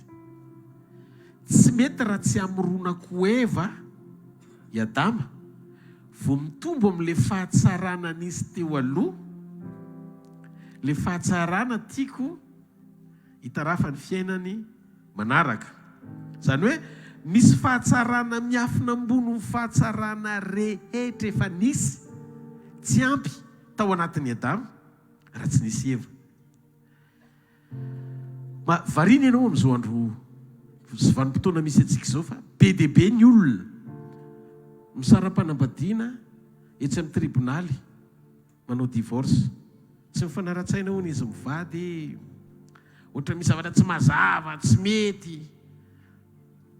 Rehefa tena alalinina nefa ny mahatonga an'ilay fisarahana ao anatin'ilay tsiky fahazahoan-kevitra dia tsy misy zavatra ara-panana kely aza fa ara-nofo daholo. Miaingo amin'ny hoe tsy manome voly izy, misotro toaka lava, tsy fantatro mety mijangajanga, ara-nofo daholo. Dia ao anatin'ilay izy dia tsy zakan'ilay fo kely anankiray ohatrany tontondro ny angezany ny zava-misy, dia misy vesatra ao anatin'ny mpivady dia mitondra azy ho any amin'ny lalana tsy tokony ho alehany. Raha diky tsy eo amin'ny nofo ilay fahatsarana tian'Andriamanitra ho tenenina tombony mihoatra ny amin'ny fisiany Eva eo amin'ny fiainan'ny Adama fa ara-panahy. Inona tsara hoe ara-panahy. Andohany hoentiko anatin'ny fotoana fotsika. Raha miteny Andriamanitra hoe tsy tsara raha irera lehilahy fanaovako vady saza ho azy izy. Rehefa vita ny famoronana Adama irery, efa afa-po Andriamanitra. Io fahatsarana tao amin'ny Adama namoronana Andriamanitra Eva io ry havana dia ambony noho ny fisiany Edena sy ny biby rehetra tao amin'izany. dia teny aminao hoe efa vita edena, mahafinaritra ny zavatra rehetra ilaina, ny sakafo rehetra ilaina, efa tao amin'io sa tao hoe edena io daholo. Zay Andriamanitra vao nanao any Adama. Fa vita zany rehetrarehetra zany dia mbola niteny any Andriamanitra na dia efa nanam-pahefana amin'ny voary rehetra ary Adama. Na afa-po an'Andriamanitra ny namoronany azy, dia ozy izy Andriamanitra hoe tsy tsara raha irera lehilahy, misy fahatsarana tsy mety eo amin'ny fiainan'le lehilahy. Fa ozy izy Andriamanitra anaovako vady zaza ho azy izy. Hoy izay manambady rehetra aza manao izay isarahana. Misy fahatsarana ao anatinao tsy tanteraka eo amin'ny fiainanao. Raha tsy tamin'ny fotoana namoronan'Andriamanitra any Eva ho any Adama. Efa hita n'Andriamanitra fa tsara ny voary rehetra ny foroniny. Fa rehefa nandinika any Adama izy dia nijery azy naharitra. Dia ozy Andriamanitra hoe misy fahatsarana ambony n'olona teo fa tsy tanteraka raha tsy tonga Eva. Raha mandinika isika dia tsy niditra tsehatra mihitsy ny devoly na ny elingelina ny fananany olona ny zavatra rehetra tao amin'ny Edena. Tsy niditra mihitsy ny devoly. Rehefa vita Edena, tsy nanakorotana mihitsy Satana ny fiainan'ny Adama. Fa vao nanomboka tafiditra Eva, vao nitsangana ny devoly, nanakorotana ny fiainan'ny Adama. Diky, fa ny fanananao Edena sy ny fanananao an'izao tontolo izao tsy problema ho an'ny Satana zany. Fa raha vao manomboka ianao tafiditra ho anaty faneken'Andriamanitra, ny amin'ilay karazam-pahatsarana anankiray tsy mbola hitanao fa tian'Andriamanitra ho katsahanao ao anatin'ny fiombonanao amin'ny vadinao, manomboka eo amin'izay hiditra tsetra ny devoly hampisaraka fanambadiana. Satria ny fanambadiana ny fanorenana voalohany nataon'Andriamanitra teo amin'ny fiainana sy tantarany zanak'olombelona tamin'izay nahariany azy. Rehefa nandinika isika, vita Eva vao niditra tsehatra Satana. Tsy nahoana izay fanapahany Adama tao Edena sy ny fibaikony ny zavatra rehetra. Tsy nahoana hoe tena mitovy endrika amin'Andriamanitra izy, afaka nanome anarana amin'ny biby rehetra, misitraka ny sakafo rehetra, voko maraina, tandro hariva, izay nilainy dia nisy tao Edena, fahasambarana sy fiadanana ny tao Edena, tomombana daholo ny zavatra nilainy tao Edena. Tsy niditra tsehatra Satana ary tsy nahoany Satana zany. Zay no mahatonga anay tsy mampiorona ny fifantohanao amin'ny fananana ny zavatra rehetra, fa manokatra ny masonao ao anaty fiombonana amin'Andriamanitra. Tsy mahareteka ao an'Andriamanitra. Hitanareo ilay zavatra misy. Ny fifandraisan'ny Adama amin'ny Eva dia misy tsy fifandraisana tsotra fa manomboka mampiditra ny tantaram-piainan'ny zanak'olombelona amin'ny communion na fiombonana ifandraisan'ny olona amin'Andriamanitra. Satria rehefa tonga Jesosy dia niteny hoe ny lahy ny lohan'ny vavy tahaka ny Kristy lohan'ny fiangonana. Ny lahy tandindo ny Kristy, ny vavy maneho ny fiangonana. Hitanareo amin'izay ny kalitao entin'ny fisiany Eva eo amin'ny fiainan'ny Adama dia maneho ny image na ny sary mpifandraisana misy eo amin'Andriamanitra sy ny fiangonana. Noho izany tsy mijanona teo amin'ny révélation na fanambarana, manondro ny fiainan'ny olona amin'ny fahatsarany eto ambonin'ny tany fotsiny. Fa ny sary tsy hita maso maneho ny fahafenoany, ny fepetra-panehoana, ny fiombonan'Andriamanitra amin'ny olonony izay akariny. Noho izany manomboka teo ny devoly dia mipanika, satria misy zavatra tokony hivoaka amin'ilay fahatsarana ara-panahy eo amin'ny fifandraisan'ny mpivady. Io tsy hivoaka raha ara-nofo ny fifandraisanareo ao an-trano, fa io ho ariarin'Andriamanitra rehefa tsara ny fiombonanareo amin'ny ara-panahy. noho izany azakatsahana nafaritana midina eo amin'ny aranofo ny fetezan'ny fiainanareo na tsy fetezan'ny fiainanareo hita maso, ny amaritana ny fisehozy fahatsaran'izay. Fa hitanareo zay ary asehoan'Andriamanitra anareo amin'ny alalan'ny fanekenareo ampiasa lohalika, iombom-po iray amin'Andriamanitra aneo fruit de l'esprit na vokatry ny fanahy eo am-panompona miaraka n'Andriamanitra. Tsy maharetehaka ho an' Jesosy. Halleluja. Tena mahavarina ny hoe Adama sy Edena nefa ampy ny devoly tsy taitra satria nahoana eo amin'ilay dimension tsy dia ahoany loatra zany. Nomeny Adama anarana ny biby rehetra tsy taitra ny devoly, fa vao vita Eva toko ray aoriana fotsiny amin'ny Genesis toko 7 seho ny devoly. Ndika fa misy fahatsarana mihoatra noho ny fanananao ny zavatra rehetra tamin'ny fotoana nanomezan'Andriamanitra anao ny vadinao. Zay no mahatonga ny vadinao tsy lova, ka rehefa sahirana ianao dia azo avarotra.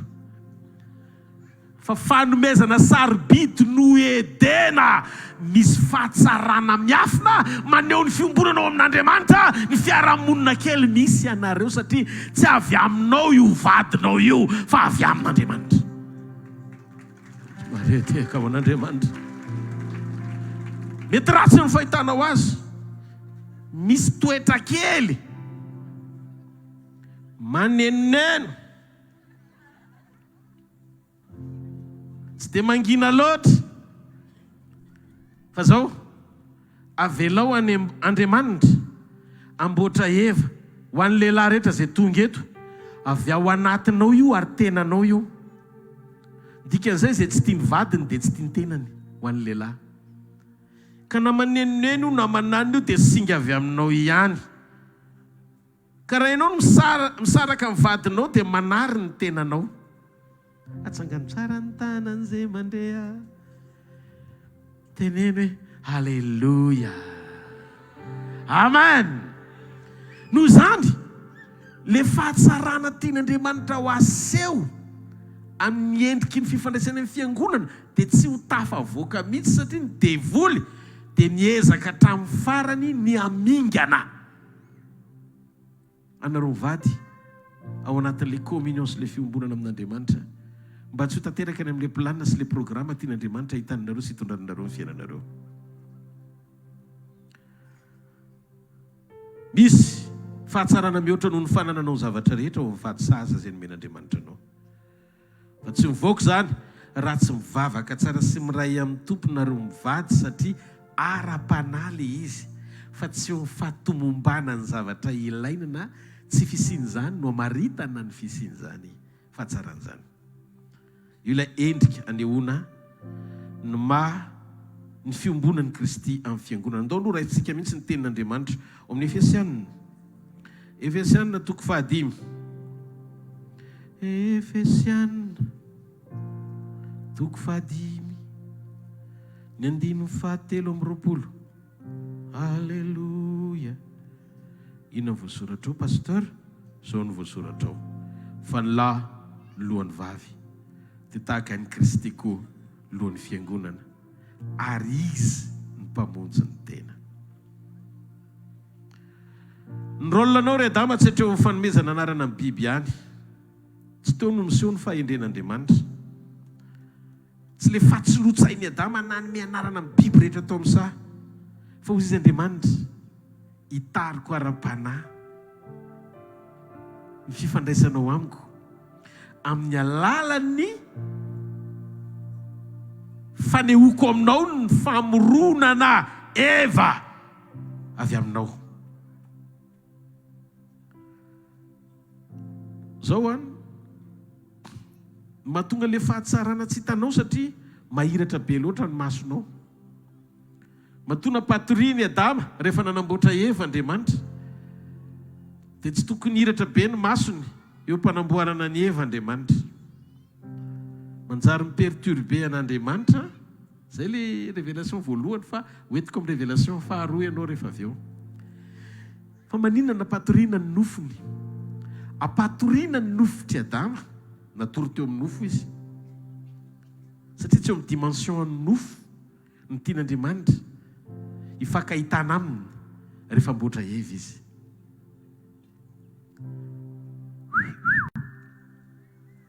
ao tsara dolo ve atsangany hoe tana izay mandeha ahako raha vao tsy maharaketo ianao ka raha raketo a ny fomba fifantohanao dia tsy ho azonao mihitsy ny zavatra ho teneniko amin'izay rehefa avy eo. Zao aloha voalohany, Andriamanitra rehefa namorona any Eva avy amin'ny Adama dia nasondritory any Adama teo amin'ny nofo. Manaiky tsika dia nalain'Andriamanitra ny taola tehezana dia naka nofony izy na koa ombosolony dia vity Eva vao nentiny teo amin'ny Adama ny fo teo amin'ny nofo dia tonga dia nahita ny Eva izy hoe taolana avy amin'ny taolako ty, nofo avy amin'ny nofoko ty, natao hoe vehivavy. Fa nga izy tsy natory indray no nahavita nahita fa nakana taolana sy nakana nofo. Ndiky fa teo amin'ny nofo izy ny natory, fa ara-panahy izy nahita sy nanatrika niaraka tamin'Andriamanitra nakana an'le taolana sy nakana an'le nofo. Enoy amin'izay misy karazam-pahatsarana miafina ao anatinao fa tsy ny sainao maha-olombelona ny tonga an'le izy ho tafavoaka, fa ny fanekenao hiditra ao anatina communion na fiombonana ara-panahy amin'Andriamanitra mba ahafahan'Andriamanitra mitondra anao ao anaty communion mitsangatsangana ara-panahy miaraka aminy ahita zay zavatra ataony sy tondrany raha pitsinao amin'izay fahatsarana tonga lafatra tiano tanterahany ao amin'ny fiainanao.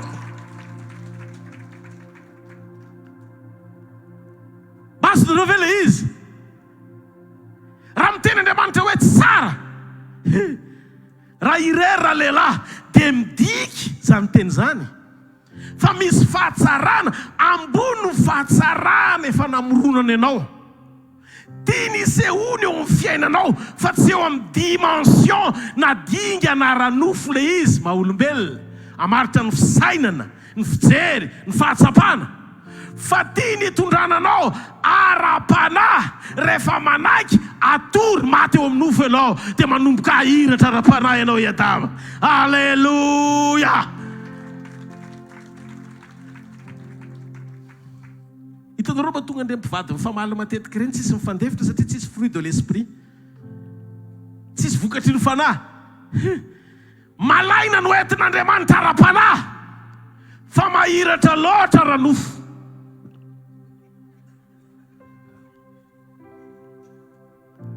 Zay tsy mety atao ny vadinao no raha hitanao ao an-trano tsy misy afa-tsy kritika. Ianao kosa ratsy a tena zany ve ny zavatra hotsainao, zany ve ny zavatra teneninao, ny zavatra laoko ny vavanao dia zay hita ny masonao dominy eo akaikinao, fa nga tsy misy zavatra tsara mba hitanao mihitsy hoe teneno izy. Zany natonga n'Andriamanitra izy Andriamanitra hoe tsy afaka hisokatra ara-panahy ianao ao anaty communion, ahita le fahatsarana ambony le fahatsarana efa nataoko rehetra. Ratsy mipika aloha no masonao dia hoy Andriamanitra hoe mety mora taitaitra io, dia raha eo amin'ny nofo no amoronako an'ity zavatra anankiray tena mapety ny fiainany ity dia hitabataba izy. Fa alohan'Andriamanitra tsy hitanao mihitsy ny fomba amorony any Eva fa natory aloha ianao ry Adama. Ary tsy ho an'ny lehilahy rery fa nao amin'ny vehivavy koa aza.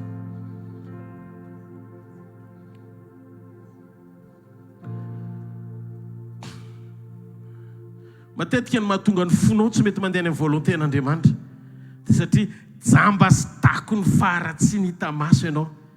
Fa raha mandohalika ianao sy mivavaka amin'Andriamanitra tsara dia za te hiteny aminao fa misy fahatsarana manomboka avoaka an'Andriamanitra ao anatin'ny vadinao rehefa mitondra azy eo amin'ny tontolo ara-panahy ianao any amin'Andriamanitra miady ry Adama, fa aza mahiratra loatra be kritika fa tsy hampandroso ny tokantranonao zany ka tsy izany fa asiotehaka ho an'Andriamanitra. Alleluia. Marina zany sa tsy marina e?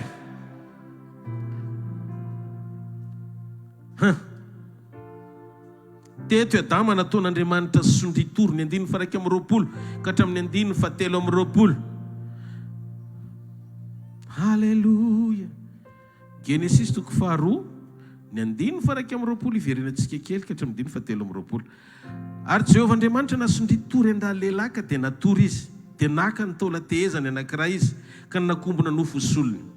Ary ny taola tehezana izay nalainy Jehovah Andriamanitra tamin'ny raha lehilahy dia nataony vehivavy ka nentiny tany amin'ny raha lehilahy. Wow! Ary raha lehilahy ankehitriny dia taolana avy amin'ny taolako sy nofo avy amin'ny nofoko ity dia atao hoe vehivavy satria lehilahy nanalana azy. Magaga vao mifora lehilahy dia niteny hoe ankehitriny dia taolana avy amin'ny taolako ty sy nofo avy amin'ny nofo. Fa ngainao teo indray fa tsy natoriko niteny hoe taolako a nofoko. Ary hitany mihitsy hoe taolana nalaina voalohany dia nofo ny faharoa. Dikan'izany izy teo ihany nahita fa amin'ny tontolo ara-panahy fa nihita maso sondritory izy.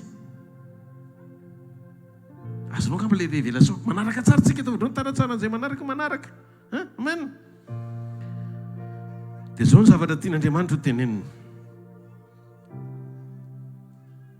Raha tsy natory izy fa taitra tamin'ny fotoana nytenenan'Andriamanitra azy dia normal le phraseny hoe taolana avy amin'ny taolako sy nofo avy amin'ny nofo. Adamo ianao natory. Amin'ny fomba ahoana no alalanao fa taolana ny nakana voalohany vao nofo.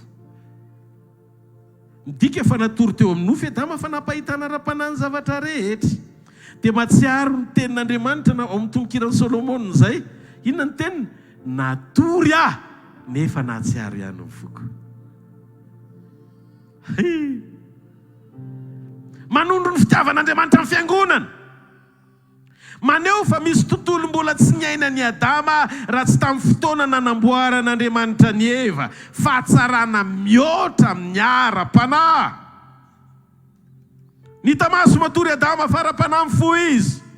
Zany natao hoe fifoazam-panahy marina. Tsy ny famalina ao ny antson'Andriamanitra eo amin'ny nofo hita maso fa mifandresen-dahatra ho ampona ao ara-panahy ny amin'Andriamanitra anao ny sitrapony manaiky atory eo amin'ny nofo fa ho tarihany eo amin'ny fanahy. Tsy maharetehaka ao an'Andriamanitra. Inona ny tian'Andriamanitra ho lazaina? Teny Andriamanitra hoe ny fahitana sy fiombonana ara-panahy no fototry ny fahatsarana rehetra ao anaty communion. Teny Andriamanitra fa ny fahitana sy fiombonana ara-panahy ny fototry ny fahatsarana ambony ny fahatsarana rehetra ao anaty communion. Nanokatra tontolo mihoatra noho ny teo aloha maneho ny fahatsarana mihoatra teo amin'ny fiainan'ny Adama Andriamanitra satria nanjary ny sokatra ara-panahy ny masony tamin'ny fotoana namorona n'Andriamanitra ny Eva. Nanomboka teo zany dia misokatra ara-panahy ny masony Adama. Ary inoko fa izay no antony nahatonga ny Satana tsy Adama no nanaovany négociation tamin'ilay hazo fihinanana ny tsara sy ny ratsy tamin'ny fampiasany menarana fa Eva. Satria Eva mbola tsy nisokafan'Andriamanitra tao amin'ny tontolo ara-panahy fa i Adama nefa nisokafan'Andriamanitra tao amin'ny tontolo ara-panahy tamin'ny fotoana namoronany ny Eva. Zay natonga ny Adama niteny tao anaty torimaso taolana avy amin'ny taolako nofo avy amin'ny nofoko ty. Izy matory lalina nefa mahita ny famoronan'Andriamanitra ny Eva. Naka taolan'Andriamanitra hitany, naka nofo Andriamanitra hitany. Ny hita maso matory Adama fa ara-panahy matsilo Adama. Masina ampio androany ampio. Masina ve le zavatra tian'Andriamanitra ho tenenina. Teny Andriamanitra hoe ara-panahy le fahatsarana ambony hoe tsy tsara raha irera lehilahy nefa efa tsara namorona ko azy teo aloha. Za efa afa-po tamin'ny famoronana nefa mbola mahita fahatsarana mihoatra noho ny fahatsarana indray tamin'ny fotoana namoronana any Eva. Inona le izy? Fahatsarana ara-panahy. Dia ozy izy ny devoly raha vao anantona ny Adama eto tonga dia trangy satria nahoana efa matsilo ara-panahy izy, efa ananan'le fahatsarana nanokafan'Andriamanitra ny masony hoe miafina atao anatin'ny menarana ane mampiresaka. Fa efa mbola tsy nandalo an'izay fahatsarana ambony fahatsarana izay, fa izy le fahatsarana nanomboan'Andriamanitra nanokafana ny Adama ho ao amin'ny ara-panahy ahitany zava-miafina. Dia Eva no ny fitahany, fa tsy Adama no ny fitahany.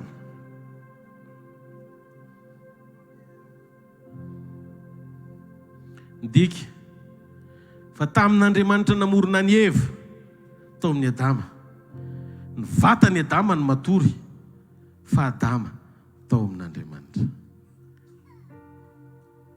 Ianao koa androany maraina mety mivatanao ny hitako eto, fa oka no fonao ho ao amin'Andriamanitra.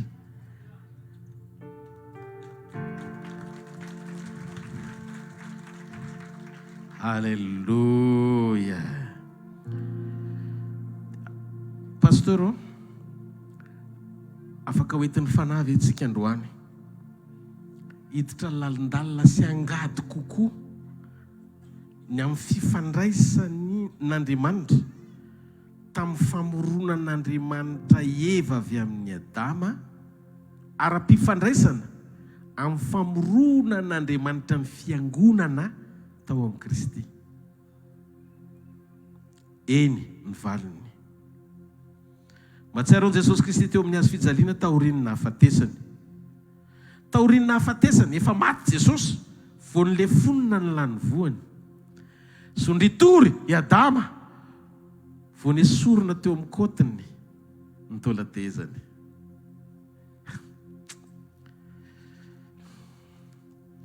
Tompo Andriamanitro, mahery anao, Alleluia, oh Alleluia. Tompo Andriamanitro, magagy anao, magagy anao, Alleluia. Oh, Alleluia. Tovondro tana. Oh la la, oh la la, oh la la, oh la la. Mahery anao, oh. Tsy dia tanana mafy azy. Liko toko fahatelo amby roapolo ny andininy fa enina amby efapolo. Ary niantso tamin'ny feo mahery Jesosy ka nanao hoe, raikô, eo an-tananao no atolotro ny fanahiko. Ary rehefa niteny izany izy dia afaka miainy. Dia jerentsika ny Jaona toko fa 7:10. Amin'ny Jaona toko fa 7:10 amin'izay rehefa afaka niainy taoriny na afaka niainy Jesosy io. Jaona toko fa 7:10. Ny andininy fa 7:30 ka hatramin'ny andininy fa 5:30 amin'ny anaran'i Jesosy. Fa nonona keo amin'i Jesosy izy dia hitany fa efa maty sahady Jesosy, ka tsy mba nitapahany ny ranjony, fa ny miaramila anankiray nandefina ny lany voany taoriany fahafatesana zany, ary niaraka tamin'izay dia nisy rasy rano nandeha. Andininy fa 5:30. Ary izay nahita dia vavolombelona nanambara, ary marina ny fanambarany, ary fantany fa milaza ny marina izy mba inonareo koa. Eto, efa nanolotra ny ainy sy ny fanahy no any amin'ny ray Jesosy vao maty. Ary avy eo dia teo Andriamanitra namorona sy niteraka ny fiangonana amin'izay, izay vady ampakariny. Ahoana ny tenenako hoe teo Andriamanitra namorona ny fiangonana? I Adama sondritorolala no nesorina ny kotiny sy ny nofony. Ao dia vao niratra ny masony dia ozy izy hoe, taolana avy amin'ny taolako, sy nofo avy amin'ny nofoko ity. Tiana atao hoe vehivavy, satria avy amin'ny lehilahy nakana azy. Jesosy indray tamin'izy maty teo amin'ny hazo fijaliana, nitovy amin'ny Adama sondritorolala nakana teo amin'ny kotiny. Teo amin'ny kotiny koa no nitsondromona namoaka rano sy namoaka ra. Ny fiombonatsika tamina hafatesany no antoka ifakahitantsika aminy amin'ny fotoana iverenany satria hoy izy manambara ozy izy nafatesako izany mandra-piaviko.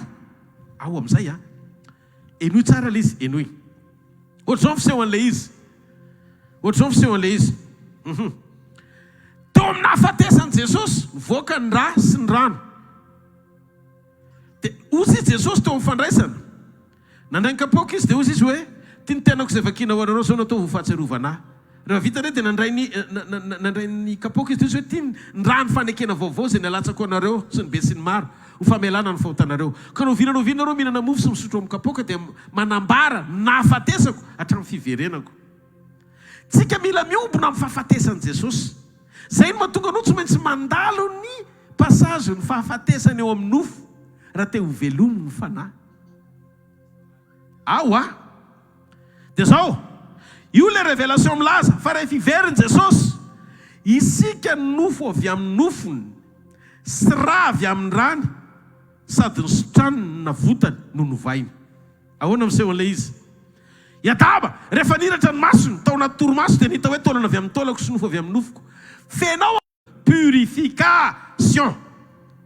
Ianao tsy hoe olona tsy manatsinina innocent no novontseh'Andriamanitra. Fa mpanota sy meloka ianao no amarininy tamin'ny rany. Ny dikan'izay olona no amarininy ianao fa tsy hoe tsy nanatsiny akory. Atsangany tanan'izay mandeha. Zay no mahatonga antsika mila diovo ny tenin'Andriamanitra. Raisokelany ny Efesiana 5:5 io le tandindo ny rano voaka teo amin'ny lanovoan'i Jesosy niteran'Andriamanitra ny fiangonana. Dia hitantsika Petera ny teny efa nateraka tamin'ny teny tamin'ny vody sy mety ny loha ianareo dia ny tenin'Andriamanitra teo amin'ilay lanovo no niterana ny fiangonana tamin'ny rano izay tandindo ny ra. Jereo ny Efesiana 5:5 Efesiana 5:5 dia ny andininy 5:20 ka hatramin'ny andininy 7:20 mino fa hosokafan'Andriamanitra amin'ny masom-panatsika dia ho azonao ny zavatra zaraina androany. Ianareo lehilahy tiavan'ny vadinareo dia tahaka ny tiavan'ny Kristy ny fiangonana ka nanolorany tenany hamonjy azy mba hanamasinana ny fiangonana amin'ny hanadiovany azy amin'ny rano fanasana amin'ny teny.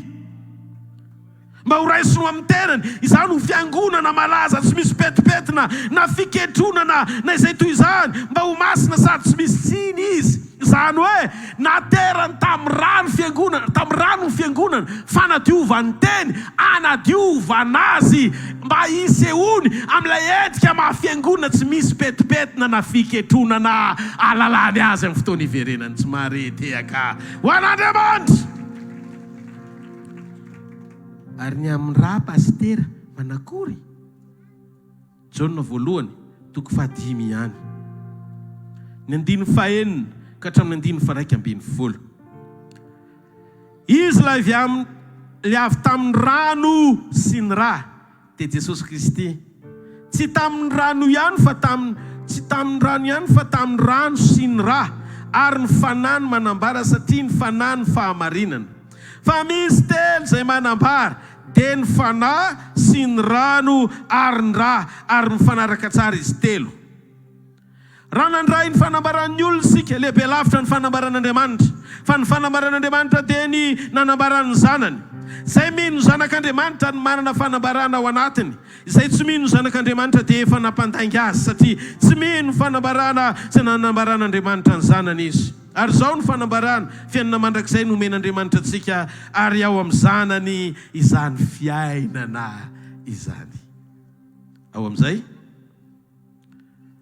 tsy salasalana fa io fahatsapana sy fahatsarana mihoatra hita taratra mampifandraika ny fisantarany Adama zava-panahy io tao amin'ilay nizaraiko teo aloha dia jereo fa fahatsarana tsy zakany devoly ny antony satria devoly dia efa nanomboka mahita ilay endrika tena iombona n'Andriamanitra amin'ny fiangonany amin'ny namorona n'Andriamanitra ny Eva. Ary zay no mahatonga ny devoly miatake tokantrano amin'izao ny faran'izao. Te hiteny manetrenao tena dia mamela eloka amin'ny vadinao.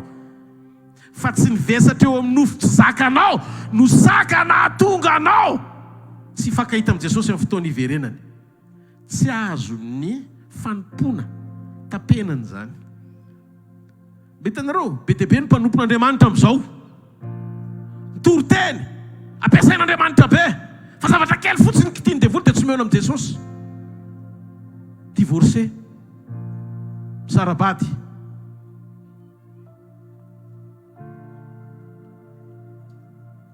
dia efa maro ny victime ao anatin'ilay izy.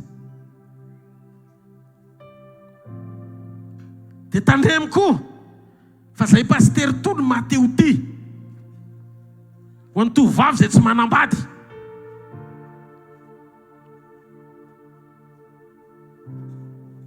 Rehefa hitan'Andriamanitra mpanompo ampiasain'Andriamanitra ianao dia cible ny Satana tsy hiakatra na mitory fampakarana azy. Tsy ny fahaizako mitory ny apakatra fa ny ainako sy toerako amin'ny sitrapon'Andriamanitra. Midiky ny anarako anao mitoera tsara miombona amin'Andriamanitra fa izay mbola tsy manana ny anjara voatendry tsy mifankahita tamin'ny anjara voatendry tsy midika hoe tsisy ny anjara voatendry. Manana ny tsara lavitra iomanina ho anao Andriamanitra dia mijoro tsara ao amin'ny sitrapony fa tsy ho ravo zany ianao na ho ratsy fehivara fa izy ny mpanao anao, izy ny vadinao ary na tsy manambady azy ianao ny mpanao anao ny vadinao. Jehovah tompony maro ny anarany. Izy nefa nitsangana tamin'ny alalan'ny famoteny Jesosy ho lay tokana iombona antsika mandraka androany. Tsy marety eka ao an'Andriamanitra. Ataovy mafimafy moa ny tompo hoe Alleluia. Satria ny fiangonana kariny izay mahatonga rehefa niteraka amin'ny fiangonana izy tamin'ny rano sy ra fiatraikany ara-panahy famela-keloka rano fanadiovana anao amin'ny tenin'Andriamanitra. Nateraky ny teny ianao vao diovo ny teny satria tsy mahazaka teny izay tsy nateraky ny teny. Natiorany teny mihitsy aloha no nataony ao anatinao tamin'ny alalan'ny ny famonjena tonga natioranao le teny ao anatinao fa tsy mahazaka an'io anao raha tsy nateraky io aloha. Zay mahatonga antsika manaiky anombo nofo mba hahafahan'ny natioran'le teny hivoaka ao anatinao ho hita soritra fa zanak'Andriamanitra tokoa ianao satria miaina sy mankatoy ny tenin'Andriamanitra. Zay nandrahana Maria ho an'le mpanompo, ataovy zay asainy ataonao. Fa rehefa tao am-po nanomana tamin'ny teny ho an'le mpanompo, Maria nateraky ireto amin'ny teny le mpanompo, midika an'izay zay teny lasaka eo zakany. Fa mahatonga anao miady hevitra be, dia ahoana moa zany pastera, dia ahoana moa zany pastera. Tsisy tokony anontanianao aty fa akatoavy fotsiny dia mandehana dia mety io. Le mpanompo ny tenen'i Jesosy feno rano siny. Azafady ramose, ohatrany tsy rano tadiavina nefa ohatrany rano mpalopoko sy afa-baraka ny rago avao. Zay ve ny teneniny? Tsy zay ny teneniny satria efa nanomany Maria hoe mety ny fonao fotsiny amboarina akato azy. Fa rehefa mety ny fonao ateraky le teny anomana anao anaiky zay lazainy mety ny zavatra. Halleluja. Ka eto tsisy teny ampanantenana anao ninninina akoatry ny mampanaiky anao ao anatin'ny fo ho ateraky indray anaiky zay lazainy Jesosy eo. Dia ozy ianao isan'andro zay tianao Jesosy eo no ataoko isan'andro. Inona indray androany tia ao anao asio teatarana mafy. Halleluja. Zany ny andrasany Jesosy amintsika. Io no midiky fa rehefa maty eo amin'ny nofosika velona tsara ra-panahy ary tena miombona tsara amin'Andriamanitra ao amin'ny tontolo ara-panahy. Zao zany rehefa manomboka renao amin'izay fa tsy mavesatra eo amin'ny nofo tsony ianao. Nofo manko midongo mofo rehefa tsisy nohanina, rehefa tsisy zay ilaina dia manomboka midina eo le nofo mirefarefa. Za tsy hivavaka, ohatrany reradreraka zany nofo. Io nofo mitady fiainana hoe confortable foana. Ny atory eo ambony fandriana, boty fotsy mafana, sakafo complet. Zareo masony eo akaikinao mbola nofo zany. fa rehefa ara-panahy amin'izay ianao renao mihitsy hoe mangetaeta an'Andriamanitra, mahafoy toromaso, tia miaino an'Andriamanitra, mangetaeta amin'ny fonao, hifankahita amin'Andriamanitra isan'andro, te hitokana ny zavatra mahasorenanao. Rehefa be loatra ny iresanao amin'ny olona ka moahy ny fotoana iresanao amin'Andriamanitra, zany mahasorenanao. Fa tsy hoe zay zavatra tsy hitako sy mbola azoko no mahasorena amin'Andriamanitra satria ela loatra izy. Teneno jereo masona akaiky anao, tsy ahoe tsy zay le izy. Ataovatra ny tananao ara-panahy ny eonako aminy. Rehefa mety aminy eo amin'ny ara-panahy, maty tsara eo amin'ny nofo, dia velona ato anatiko ny teniny, dia zay teneneo mety amiko. Atsangana ny tanan'izay olona tena zany ny fanirinao anatin'ity communion androany ity, ny tiafa mafy be ao an'Andriamanitra. Ka ny communion dia manome antoka antsika ao amin'ny Kristy, ny ao anatintsika hiaina ny fahavelomany Jesosy. Izy ny fiainantsika vaovao. Manomboka ny ao anatin'ny fonao le hoe momisy ety erikoto ana ritompobe fitipana wizao rehetrisa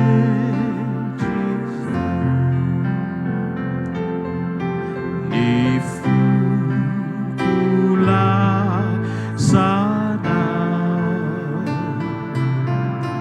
riray malalao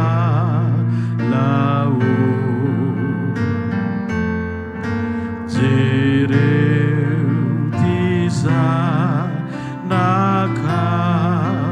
wiza nyantoraka inao. Tozy no avidy Jesosy araka amiko momisy ety tsisy rikoto ho anao Jesosy irikoto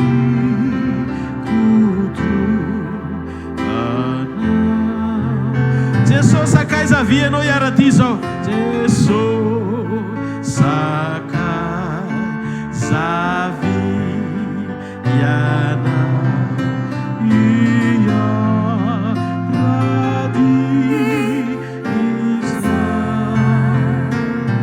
Tianao ni fukuti yana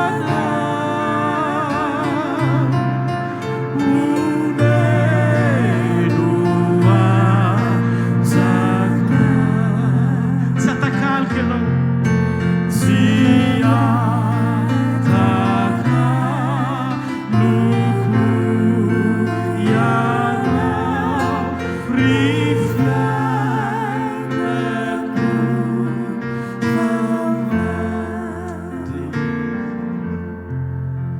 manana fiainantsika manana an Jesosy.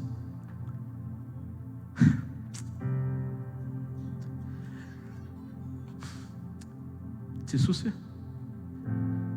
inona no hatakaloko mihoatra no mifisianao eo amin'ny fiainako. Raha sokafako mifoko samy nandalo teto an-tany daholo ny olombelona rehetra, betsaka ny naneho ny tenany amin'ny arena faran'izay avo lety indrindra teto an-tany.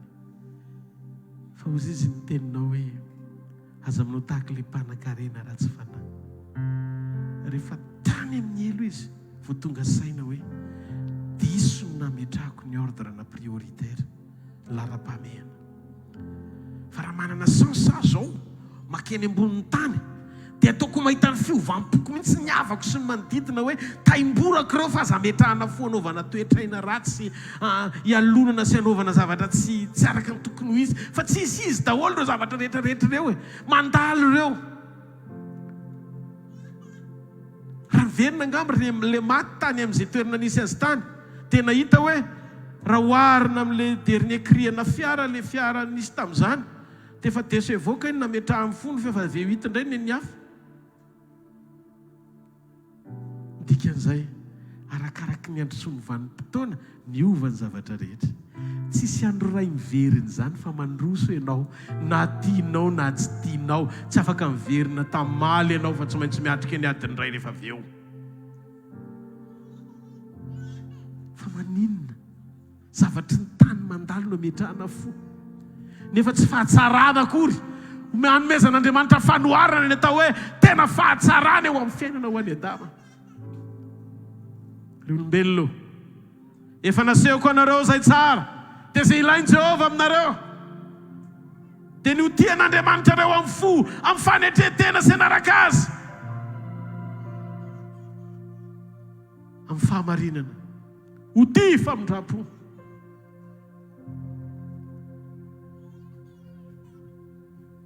ny tanjo ny fahateram-baovao niterahany ianao teo amin'ny tendry fiangonana tamin'ny nahafatesany namoaka ny rany sy ny rano teo amin'ny lanovoany ka natonga anao hiara-iombo mpahafatesana aminy vao miara-miombo mpananganana aminy vao miara-miombo mpanovana aminy any amin'ny rao alanitra dia mila ianao androany mianatra mampanaiky ny ao anatinao akatony teny tsisy fepety fiangonanao akaiky ny fitaovam-pakarananao mihoatra noho ny tamin'ny fotoana vao ninonao an'Andriamanitra misy zavatra tsy azonao hitovirana fa tsy maintsy hoatrehanao raha bitso mety ao anatin'ny tanjaka ianao androany fa fandevoly mihitsy ny hoe ho faty ianao ndray androany ao anatin'ny tanjaka lalovanao io tianao aseho ao fiertenao maha olombelona anao fa ianao manam-pahaizana ianao mahalala ny zavatra rehetra ianao manana tanjaka afaka anao zay tianao fa tadidio amin'ny fotoana anankiray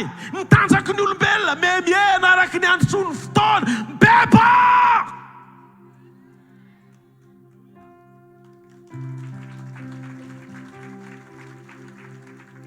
tsisy hery mitombo zany eto an-tany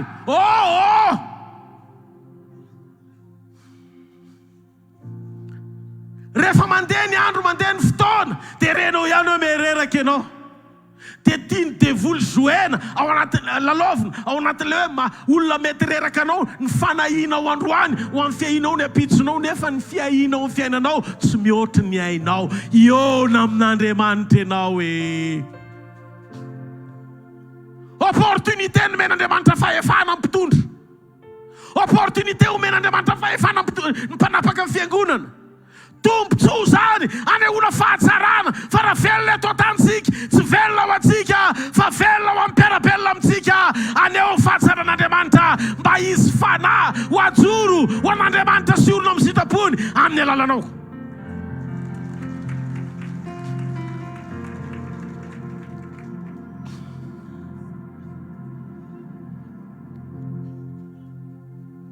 io zavatra tsy metimety ho tokantrano eo amin'ny fiarahamonina io lalana io efa tian'Andriamanitra ho tereny ianao mba ho tonga saina anehoana ny hoe ataiza mifata ny fanetretenanao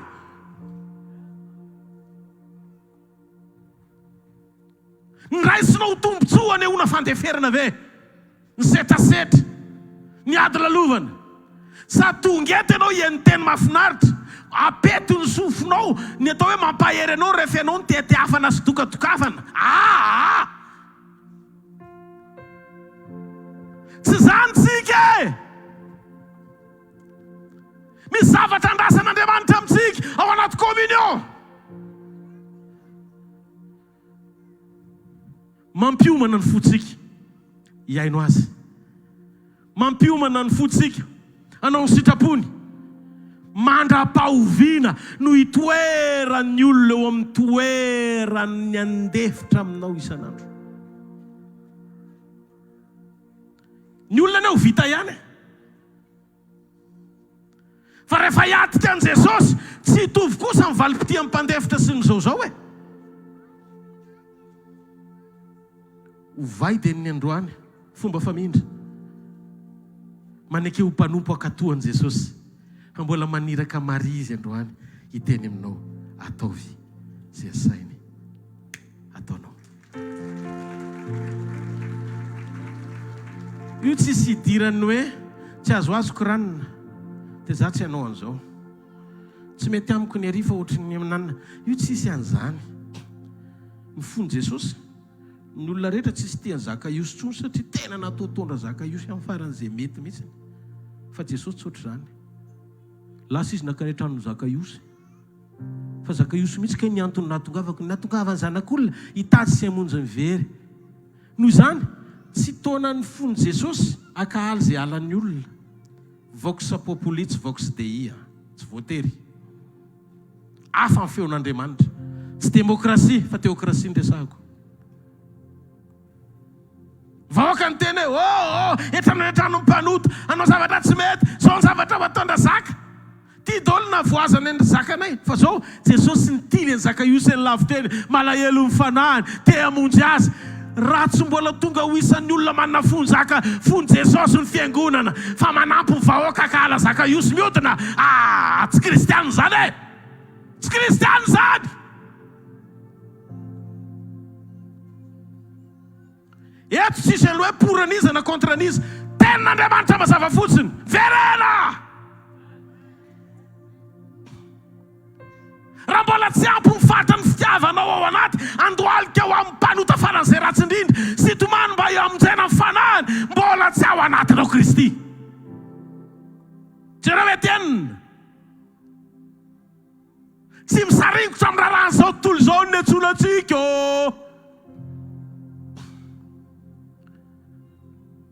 olona nitorabato any Etienne navita ny teny izy atsisaina hoelona ny Jesova tsy fatan'izay ataony zano ny fony Jesosy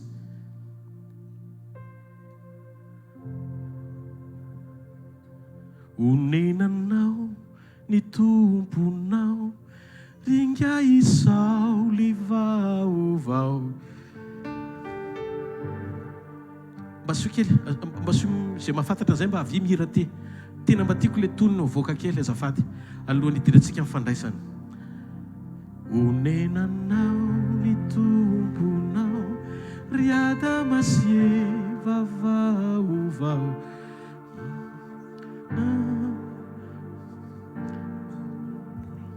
tsisy mahay ve Satianareo any tena sa fanahinina fa tsy hoetsina efa voalaza hoe ratsy izany natao ihany fiada masieva ny tao an-tsany ino tsara raha vao ny vo ny masopana ka nahita fa ny boridana dia lasa ny afina ny ridana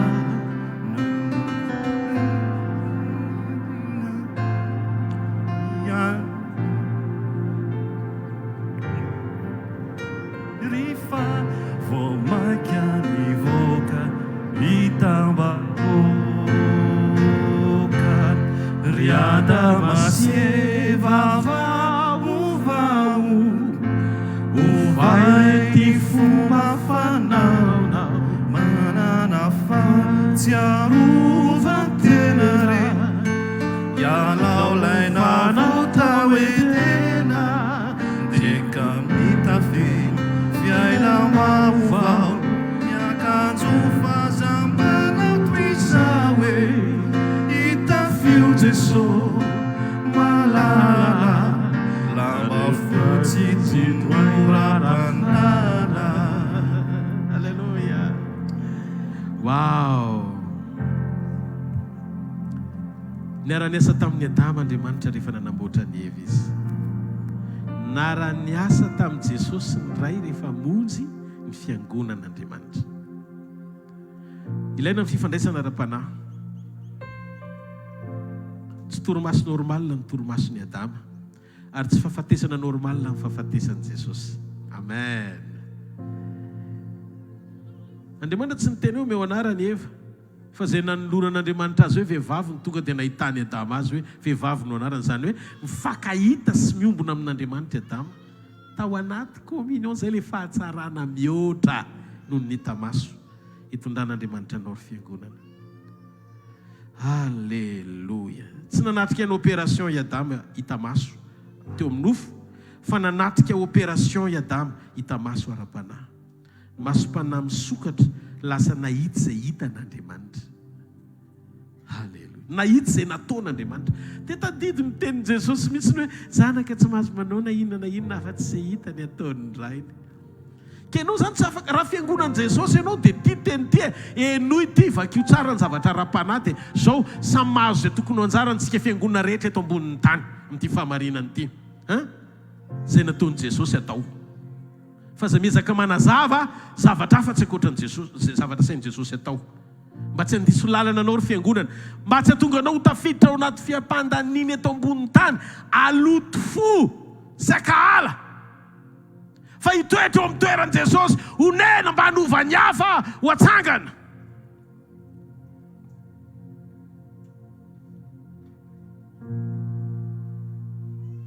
Misy eny karazan'olona rehefa tsara fiombonana amin'i Jesosy izy mihaona aminao, dia tonga dia misy fiantraikany eo amin'ny fisianao ny fanirahan'Andriamanitra azy. Tsy ositra no mahatonga an'izany, tsy hoe manana ositra be noho ny hafa izy, fa ny fetezany ara-piombonana amin'Andriamanitra no mitondra an'izay famonjena ny hafa izay. Jereo ne Maria vao avy nihaona tamin'i Jesosy, Maria nirakofany fanahy masina dia narabain'ny anjely Rahaba ary ilaina soavina ny tompo ao aminao. Dia nisy Jesosy tao anatiny, vao nakany amin'ny Elizabeta izy eo amin'ny lioka toko voalohany, nandiny fa 7 ka hatramin'ny 7 vakio. Vao tonga Maria dia nitsenain'i Elizabeta tonga dia mifankahita Jesosy sy Jaune ao amin'ny roaka. Ka ny ao anatinao mifankahita lavitra noho ny ety ivelatra tiany ho fantatra izany. Meteza ho fantsona any ao ny ao anatinao, aneon'Andriamanitra ny ao anatinao. Fa aza miezaka ny anatsara ny ety ivelatra mba hitan'ny olona fa hoe tsara ny ao anatinao. Ny fruit tsy mila hoentina mambavaka vao mivoaka, fa raha paoma le azo dia paoma no mivoaka eo, fa tsy misy katsaka tampoka. Manjary metsara velatsy. Fa aleo ianao olona anankiray tena manaiko dia fen'Andriamanitra, anana ny fahafenon'ny fepetra mapety azy. Amin'izay fotoana izay tsy miezaka ianao tsara ety ivelany ho hitan'ny olona, fa mampiasa anao Andriamanitra hampisy fiantraikany ho an'ny hafa ny feonanao aminy, satria efa tsara ny ao anatinao. No Kristy tao amin'ny Maria dia hozy izy Elizabeta, fa inona ny mba evangelin'ny tompoko fa mibitaka ny zaza tao kipoko. Dia tamin'ny fotoana iny namenona ny fanahy masina ny Jaune. Dia eritrereto amin'Andriamanitra tsy nitaona ny mahendry, efa enim-bola ny Jaune fa Jesosy vao mitsaika. Jesosy atody kely ohatran'iny, Jaune efa 6 mois. Fa zao vao nanao fiarabany Maria, bitaka Jaune tao akibon'ny Elizabeta. Tonga dia feno ny fanahy masina. Zany mahatonga ny Jaune ny tena amin'ny Jaune toko 9:5 zay avy ao aorianako dia lehibe noho izao izy, satria izay efa talohako. Ny teo aloha amin'Andriamanitra tsy taona, satria zokiny enim-bola ny Jaune fa cousin. Fa zao le taloha le izy le mandrakizay hitondra amin'ny fahafenon'ny Jaune sy hamaritra ny mission ny Jaune sy ny anjara voatendry ny Ray manontolo. Ny dikan'izay ny fahalebiazana ao amin'Andriamanitra, fahatsarana ao anaty afaka hanangana ny hafa ho amin'ny anjara voatendriny.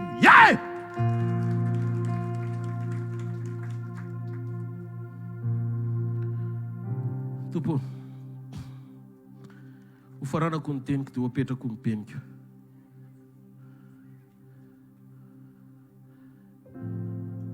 Mila fantsona tsara Andriamanitra, asoa amin'ny asa tsara rehetra,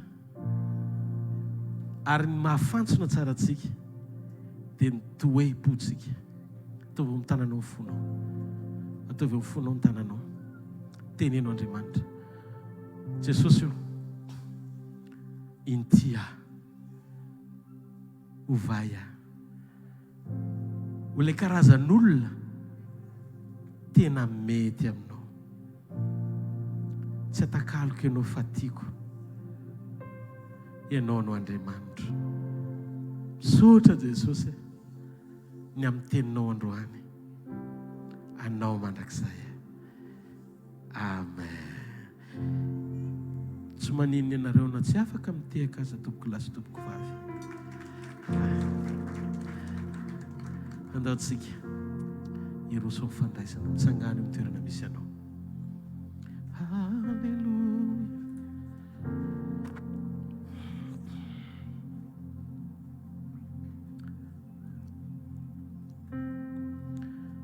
Ny tena kristianina Jesosy dia karazan'olona tsy mety mifaly mihitsy amin'ny fahavoazan'ny hafa.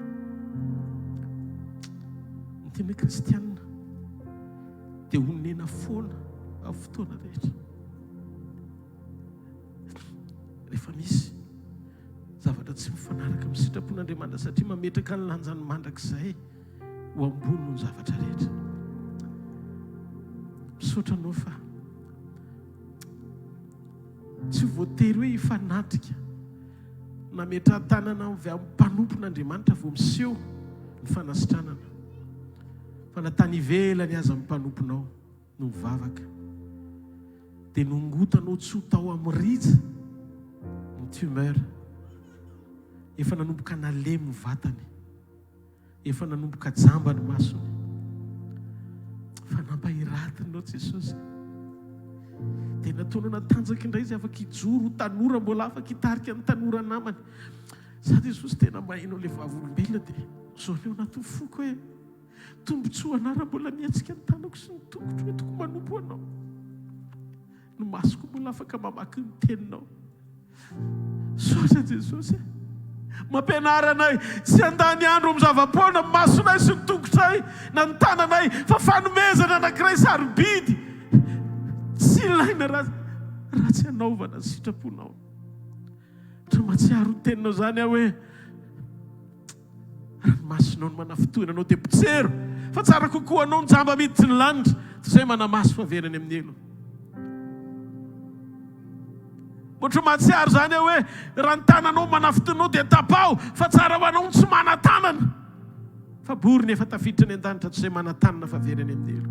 Dia hiteny sy hampatsiaro anay ianao fa ny tombotsoa ambony indrindra Jesosy, ny fanananay tombony amin'izay nomenao entinay hanompo anao. Esory io motivation ampanikeo an'Andriamanitra, tsisy nininona atsika eto na ray ary.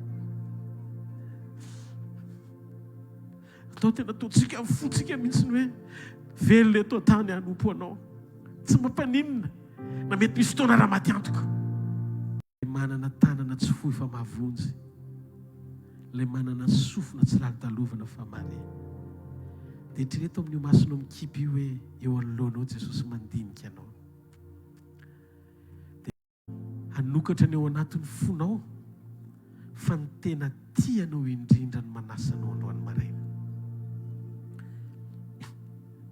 Teo izy hoe fitiavana mandrakizay ny tiavako anao, izany nampaharetako ny famindram-poko anao.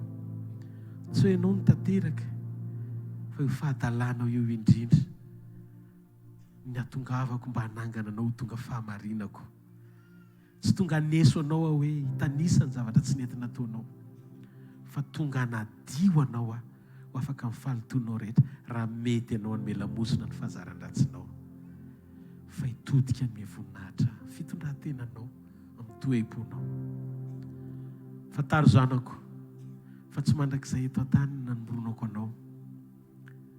Izy fotoana ionako aminao ary izay no maniko tiako hanovananao hitafy ilay tena endriko ao anatinao izay ty ivelany. Tsy hamelanareo kambody fa akaty aminareo ary indrombo anareo mandrakariva mba raha-pahatonga ny fataperana izao tontolo izao. Raha eto ianao androany maraina manenany amin'ny fahadisoanao dia hiantso ny anarany Jesosy. Mila anao fiainako. Raha hiteny ianao hoe mila anao, iriko ianao ny fanantenako. Ovay aho Jesosy, ho tsara mihoatra ny hatramin'izay raha vao omponao zany etaety zany androany. Dia izao zavatra hitranga amin'izao sy minitra sy segondra izao hiasa amin'ny fiainanao Andriamanitra.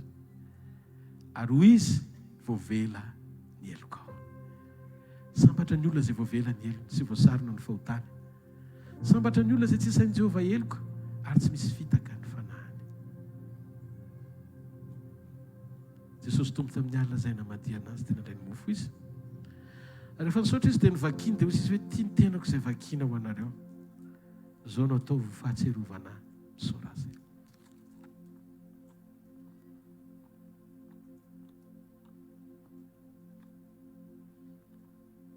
tahaka izany koa ny ranom-boaloboka ozy izy hoe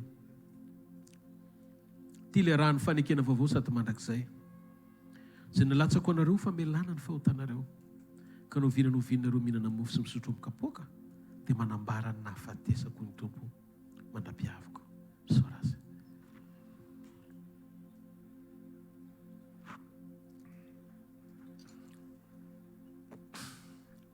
Saotra Jesosy. Tsy nasehonao teo amin'ny tsirokanina hoe mamy be na mangidy be fa rehefa hohanina ny mofo toy ny matsatso fa rehefa sotroina ny ranom-boaloboka dia mamy. Dia noharany teny hoe tsisy sotro amin'ity ranom-boaloboka toy intsony a mandra-piavinareo any amin'ny fanjakan'ny raiko satria ampiova zavatra ianao amina saison vao hisotro indray. Faly zay Jesosy androany satria miombona aminao ny tenanao ny tena fihinana ary ny ranao ny tena fisotro. Amen. Ataontsika ity tanana mafy an'Andriamanitra. Andraisantsika ny mpanompon'Andriamanitra manaraka ao amin'ny filazana sy ny fanatitra. Aorianan'izay sika dia miverina miara-mivavaka eto indray. Alleluia. Tonga eo amin'ny fotoanany filazana sy ny fanatitra isika tompoko. Efa mandeha ny hevitsika ny fanatazana ny fanatitra dia ataovy ao ny fanatitra ho an'ny tompo ny sakrifisy ny ampafolo-karena izay vokatry ny fotsika ho tanterantsika ho an'ny tompo. Ao anatin'ny filazana dia amin'ny herin'ny androany tahaka izao ny fotoanany fandraisana ny fanasan'ny tompo, ny fiarahana latabatra amin'ny tompo dia mbola eto amin'ny toerana izay misy atsika ankehitriny, eto amin'ny toerana izay anaovantsika ny centre eto bypass.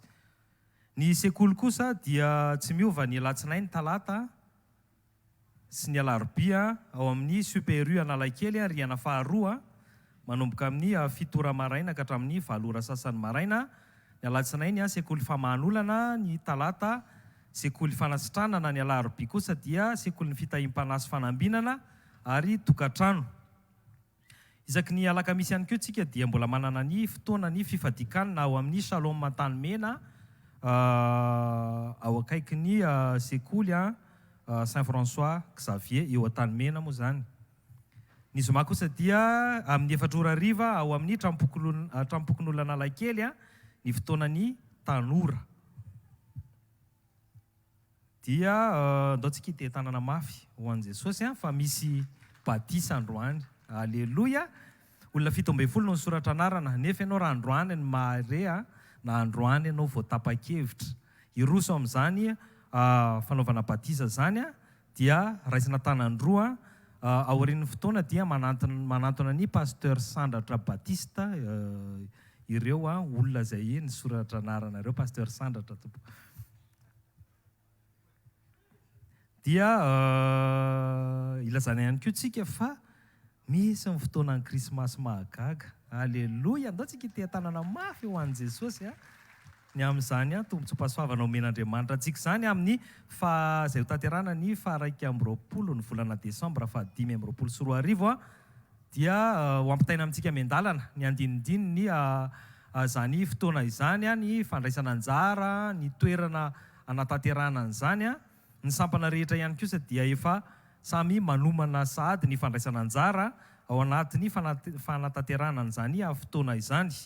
Dia ilazana ihany koa fa ny ambasador mahomby dia mijanona aorian'ny fotoana rehefa avy eo ho amin'ny fandaminana. Mbola tsy vita avy eo ny fanaritra tompoko? Eny tompoko. Dia izay ny andinindininy filazan-draharaha ao anatin'ny asa fanompoantsika. Mariana moa fa efa manomboka hitantsika fa efa misy lavaka ny lavandra izay ananganantsika ny chapiteau charpente métallique izay ho ataontsika eto amin'ny toerana misy antsika ity zay natao provisoire izy io iarovana antsika amin'ny orana sy ny rivotra zay mba ahatonga antsika ilamina tsara eto amin'ity toerana ty anana fifantohana tsara miaraka amin'i Jesosy ao anatin'ny fotoana zay atrehantsika. Eny tompoko.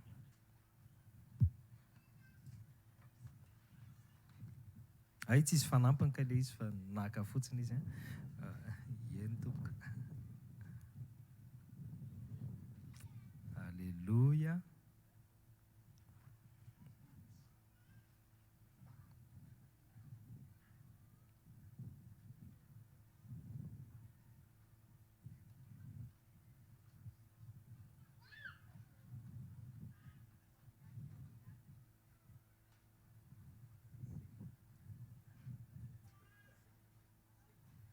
Sekoly latsinainy talata larobia. Alléluia.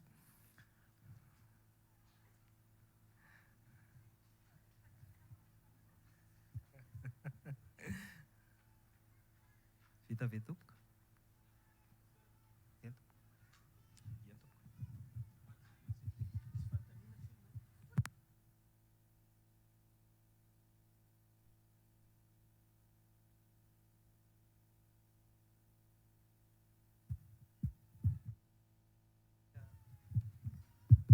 Alléluia. Ndao tsika aninditra ny tanantsika ety aloha ary hivavaka ho amin'ny fanatitra tsika tompoko. Misaotra sy manome voninahitra anao zay raha amin'ny anaran'i Jesosy. Fa lehibe loatra ny famindraponao, nitahinao anay. Indraindray tokoa rehefa mahita sy mahandre zay vavolombelona ny amin'ny fahasahiranana ara-batana dia eo zay vao mahatsiaro hoe tombontsopo sy pahasoavana ngeza be kay no omenao anay isan'andro isan'andro.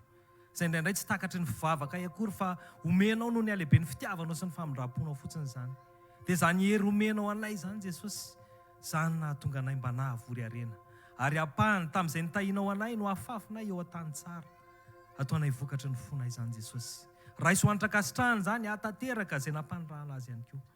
Hitaona olona maro eo amin'ny fanjakanao. Dia misaotra sy manome voninahitra anao zay Jesosy. Ianao mbola ahitany asan'ny tanany tsirairay avy. Ianao ihany koa atsiaro rehetra zay mbola tsy afaka nanao androany. Ho anao ny voninahitra mandrakizay dia misandrata amin'ny ambony indrindra tompo malalo amin'ny anaran'i Jesosy. Amen. Mazoto toerana kely vetivety tompoko. Atsangany hoe ny tanan'izay atao batisa androany. Misy fanontaniana kely anankitelo sy efatra fotsiny novaliko avy aminareo. Ary inoko androany fa ho an'izay mbola tsy tena resy lahatra ka kasihan'Andriamanitra ny fonaonao batisa androany dia anolo teny ianao iroso ao anatin'izany aorianan'ity fampianarana sy fampatsahivana kely mahakasika an'izany batisa izany androany. Fanontaniana amin'ity mipetraka ny hoe fa maninona no atao batisa. Jesosy no naniraka hoe ao marika toko fa 9:10, ny 15:10 ka hatramin'ny 20:20 mandehana ianareo dia mitoriny filazantsara amin'ny olombelona rehetra. Zay ny tenenina. Zay mino izy izay atao batisa no vonjena ary zay tsy mety mino no eloena. Ary zao famantarana zao no naraka an'izay mino. Moka dia amin'ny anarako izy teny fiteny izay tsy mbola iny izy andray menarana izy ary na dia sotra vamafaty azy izy dia tsy ampaninina azy zany. Ametra tanana marary izy dia ho sitrany ireny.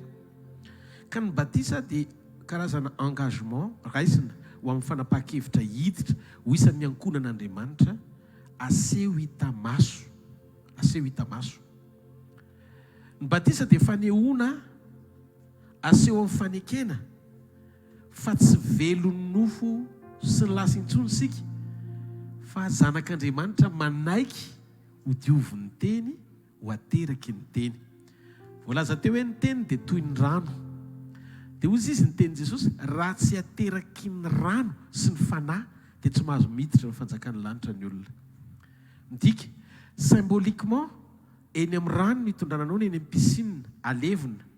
Fa ny dikan'iny alevina ny ota dia mitsangana ao amin'ny fiainana. Tandindo ny fanovany Jesosy ianao hita maso eny amin'ny rahoan'ny lanitra amin'ny fotoana iverenany apakatra anao. Ka ny batisa dia famantana sy fanehoana ety ivelany ny fahamarinana ao anaty. Ianao resy lahatra fandevona ny mombanao amin'ny fahotana fa ho ateraky indray ao amin'ny teny olona manana ny fiainan'Andriamanitra sy velona ao amin'ny Kristy. Dia aseho hita maso ilay izy, le fahamarinana sy fandresen-dahatra ao anatinao. Fa ny mpamantanana zany ahafatesantsika eo amin'ny nofo, fa maneho kosa ny fitsanganantsika miaraka amin'ny Jesosy Kristy. Zany no azoko lazaina ny amin'ireo izay mandroso amin'ny fandresen-dahatra, amin'izany sakramenta mihitsy koa moa ny fiantsoana azy, masina izany. Ka ny amin'ny hoe fandresen-dahatra sy ny famoronantsika olom-baovao, hoe resy lahatra ianao sy ny famoronanao olom-baovao. Maro amintsika ny manontany, inona ny fahamarinana paster? Resy lahatra vao ateraka indray, sa ateraka indray vao resy lahatra? Dia eo no karazana ady hevitra manakana ny olona be dia be tsy atao batisa, satria mieritreritra ianao hoe raha vao vita batisa eo ianao zany dia tonga dia anjely. Zao no izy. Ametraka fanontaniana aminareo ahako. Amin'ny fomba ahoana moa ny ananan'ny olona anankiray fandresen-dahatra nefa mbola ho fahafatesana izy? Ny atao hoe olona maty dia tsy mahatsapa-tena ny ampiasa safidy andray fahamarinana andresy lahatra amin'ny fony. Tsy maintsy velona ianao vao afaka mandray teny, vao afaka mandray fanitsina, vao afaka mandray fandresen-dahatra. Marina sa tsy marina? Noho izany ny fahateram-baovao dia tokony ho alohan'ny fandresen-dahatra. Tsy afaka ampiasa ny fonao ianao ho resy lahatra any amin'ny Jesosy. Raha tsy nanaiky ho ateraky ny teny eo amin'ny Jesosy aloha vao mahazaka ny fitondran'Andriamanitra eo amin'ny Jesosy. Ka ny batisa zany fanombohana ao anaty fisokafana maneho ny fahateram-baovao fa manaiky an'i Jesosy ianao. Ary rehefa nanaiky an'i Jesosy ianao dia eny andalam-panovananao Andriamanitra, anananao fandresen-dahatra anao ny sitrapon'Andriamanitra. Raha vao iny foa manaiky amin'izay ianao dia natao hiaina ny sitrapon'Andriamanitra ianao, tsy maharetehaka ao an'Andriamanitra. Ka tsy mety ny hoe miova fo aloha vao ateraka indray. Ateraka indray mba hiova fo anana fiainam-baovao ny kristianina. Ny antony, talohan'ny fahateram-baovao dia maty sika. Tsy afaka ny resy lahatra sy hiova fo ny olona mbola mitoetra ao anaty fahafatesana. Very. Ny olona atao hoe resy lahatra sy miova fo dia izay ny manana fiainana ao aminy. Noho izany tsy maintsy ateraka indray ianao anana ny fiainana. Tsika tsy nanolotra ny fiainantsika ho an'i Jesosy. Satria tsisy nininy ilain'i Jesosy avy amintsika raha fiainana ny resahana. Fa izy aza ny tonga mba hitondra fiainana ao anatintsika. Tsika ny mandray fiainany, fa tsy tsika ny manome fiainantsika ho azy. Tsika manolo tena fa izy manome tsika ny fiainany. Mazava? Zay le fahamarinana. Ka ny fahateram-baovao dia mialohan'ny fandresen-dahatra. Ahoana moa zany? Ao Matitoko 7:20 ka hatramin'ny 20 dia misy an'izao zavatra mitrango zao. Hoe, pastera, be dia be ny manao batisa amin'ny anaran'ny Ray sy ny Zanaka sy ny Fanahy Masina. Dia hoe tsy mety hono zany fa nen'ny apôstôly indray dia hoe amin'ny anaran'i Jesosy. Fanipaka ve zany le izy? Ka tsy vita batisa izay natao tamin'ny anaran'ny Ray sy ny Zanaka sy ny Fanahy Masina? Non. Andao afa ho azavaiko aminareo le satria zay koa fanontaniana mipetraka. Rano kely ve sa rano be? Andrasy daholo tonga dia ho azavaintsika ilay izy. Tsangano tany hoe misy resy lahatra ve nazavana an'izay rehetrarehetra izay aloha. Rano kely ve sa rano be? Ary tamin'ilay fahazazana ve sa rehefa lehibe? Ho azavaiko eto daholo ilay izy. Voalohany raha vakitsika Matitoko 7:20 dia zao ny tenenin'i Jesosy. Iza moa io Jesosy ny teny io aloha. Matitoko 7:20 ka hatramin'ny 20. Ary Jesosy nanantona dia niteny taminy ka nanao hoe efa nomena ny fahefana rehetra ny an-danitra sy aty an-tany. Komandianina nareo dia ataovy mpianatra ny firenena rehetra. Manao batisa azy amin'ny anaran'ny Ray sy ny Zanaka ary ny Fanahy Masina, sady mampianatra azy hitandrina izay rehetra nandediko anareo, ary indra omba anareo mandrakariva mba rahampatonga ny fataperan'izao tontolo izao. Vita batisa ianao dia mandray fampianarana. Zany hoe batisa fanomanana anao, fanokafana anao anatin'ny fahateram-baovao, iaina n'ilay fiainam-piovana, andraisanao n'ilay fampianarana tonga anao ho disciple na mpianatra Jesosy. Atsangano ny tanan'izay miaina. Dikan'izay mila mandroso ny olona vita batisa alalan'Andriamanitra bebe kokoa. Dia Jesosy ny teny manaova batisa azy amin'ny anaran'ny Ray sy ny Zanaka ary ny fanamasina. Ny apôstôly indray ao amin'ny asan'ny apôstôly 10 tao trano Cornelio ry Paoly. Dia jereo ny zavatra nisy ny 9:7.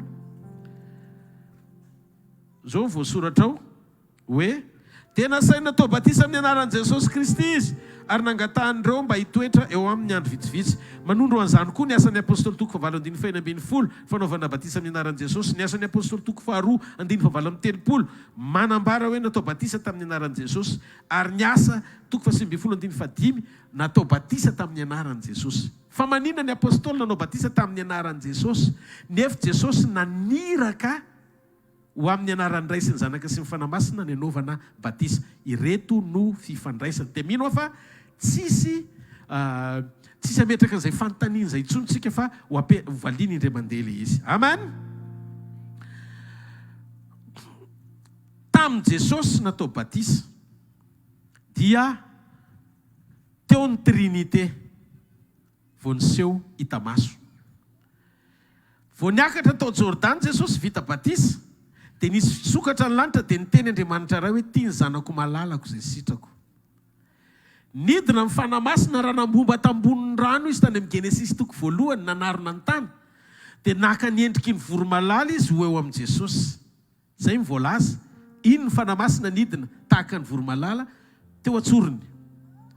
Ary le zanaka neken'Andriamanitra fa tonga nofo hita maso na tonga ny anaran'le zanaka anana anarana tao hoe Jesosy Kristy.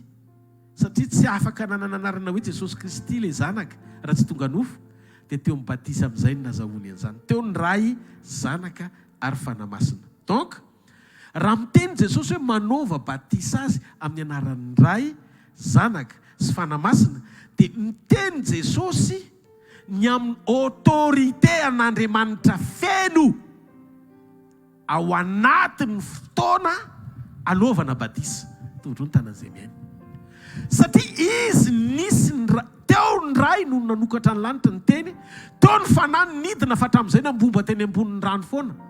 Alleluia. Ary teo le zanaka nita maso hoe io ny Mesia fa tonga. Donc ny batisa zany dia ianao olona fanahy tao amin'i Jesosy. Napahitana ny Jaona mpanao batisa hoe indro ny zanak'olon'Andriamanitra izay mitondra ny fahotany izao tontolo izao. Isika izay ho avy sy ny taranantsika dia fanahy tao amin'i Jesosy tamin'izany. Atao hoe izao tontolo izao napahitana ny Jaona fa ny fahotantsika rehetra natao tao amin'i Jesosy no natonga azy natao batisa. Dia rehefa nanaiky ny mission amaha Mesia azy izy nasitrika tao Jordana. Maninona nasitrika tao Jordana izy? Satria tonga sainy Jesosy vao nanomboka mission fa tsy mbola kely izy dia nanomboka mission. Dikan'izay ny batisa misy ifandraisany amin'ny finoana. Zay no mahatonga marika 16:15 milaza zay mino sy atao batisa no vonjena. Ino io finoana io? Minotsika fa olona mbola tsy teto tany tamin'izany 2 taona lasa. Fa fanahy tao hoe izao tontolo izao nanota tao amin'ny Kristy nanaovana batisa azy. Satria Jesosy marina tsy nalala ota tsy nitorotoronona tamin'ny ota. No zany tsy tokony ataon'ny Jaona batisa izy satria izy Andriamanitra sady fahamarinana. Fa rehefa tonga nofo izy dia tonga olombelona mitondra ny fahotantsika. Ary rehefa noho ny fitondrany ny fahotantsika tao aminy natonga azy nasitrika tao Jordana. Ianao zany manana anjara mpamonjena tao amin'i Jesosy 2 taona lasa na tsy kristianina aza androany. Zao tontolo izao voalaza. Dia noy rehefa nasitrika Jesosy dia zao tontolo izao no nanana anjara famonjena tao aminy vonona.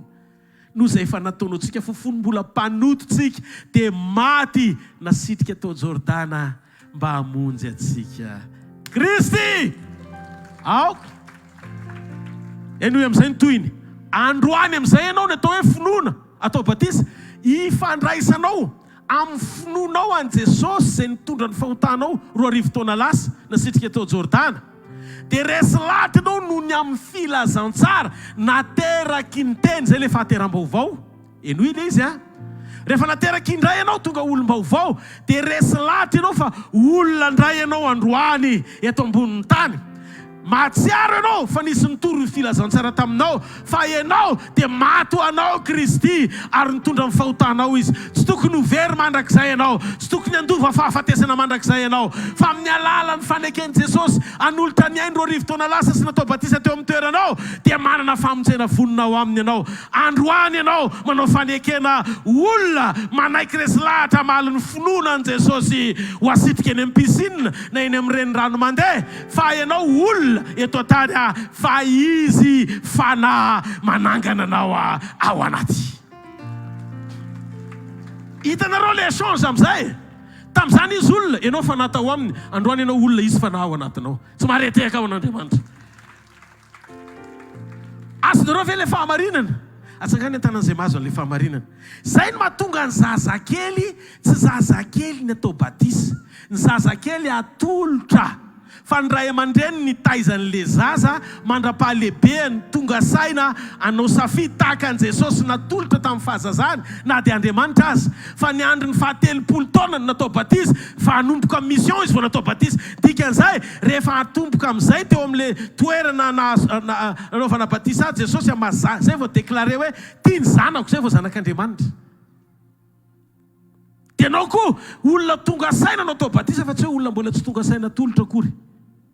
Ary ny batisa, jereo amin'ny asan'ny apôstôly, rehefa nandeha le tandapy Etiopianina, andeha ho any amin'ny tempoly hivavaka, nefa tsy afaka miditra amin'ny tempoly satria tsy jiosy feno ivelany. Dia ten'Andriamanitra ny etaetany, naniraka Filipo Andriamanitra mamaky ny boky ny Isaia izy. Dia hozy Andriamanitra hoe ilozo ny folona manalina, fa misy olona anankiray mangetahita tokony hovonjena any. Dia zao rehefa avy nitory tamin'ny Filipo, dia inona ny tenen'le tandapy Etiopianina? Indro misy rano. Inona ny manaka anazy atao batisa? Safidy anantina rano batisa.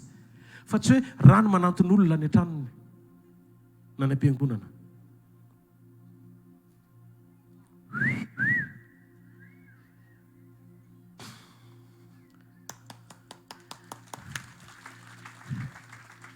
Halleluja! Dia taty aoriana amin'izay, amin'ny anaran'i Jesosy nanaovana batisa, mitovy ihany le izy. Satria le autorité mafeno fepetra amin'ny batisa naseho teo amin'ny Jesosy tao Jordana. Ary ny exécution na ny fanatanterahana an'le izy ataon'ny mpianatra no amin'ny anaran'i Jesosy sy amin'ny alalan'ny fanahy masina. Ao le izy. Noho izany rehefa tao batisa, dia zao asitrika amin'ny anaran'ny Ray sy ny Zanaka ary ny fanahy masina, dia atsangana amin'ny anaran'i Jesosy feno fepetra ny batisa.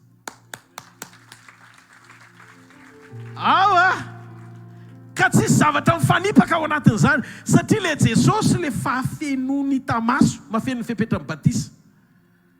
Izy nahazo ny fankatoavany ray, tiany zanako malalako izay sitrako. Izy no nidina ny fanahy teo aminy.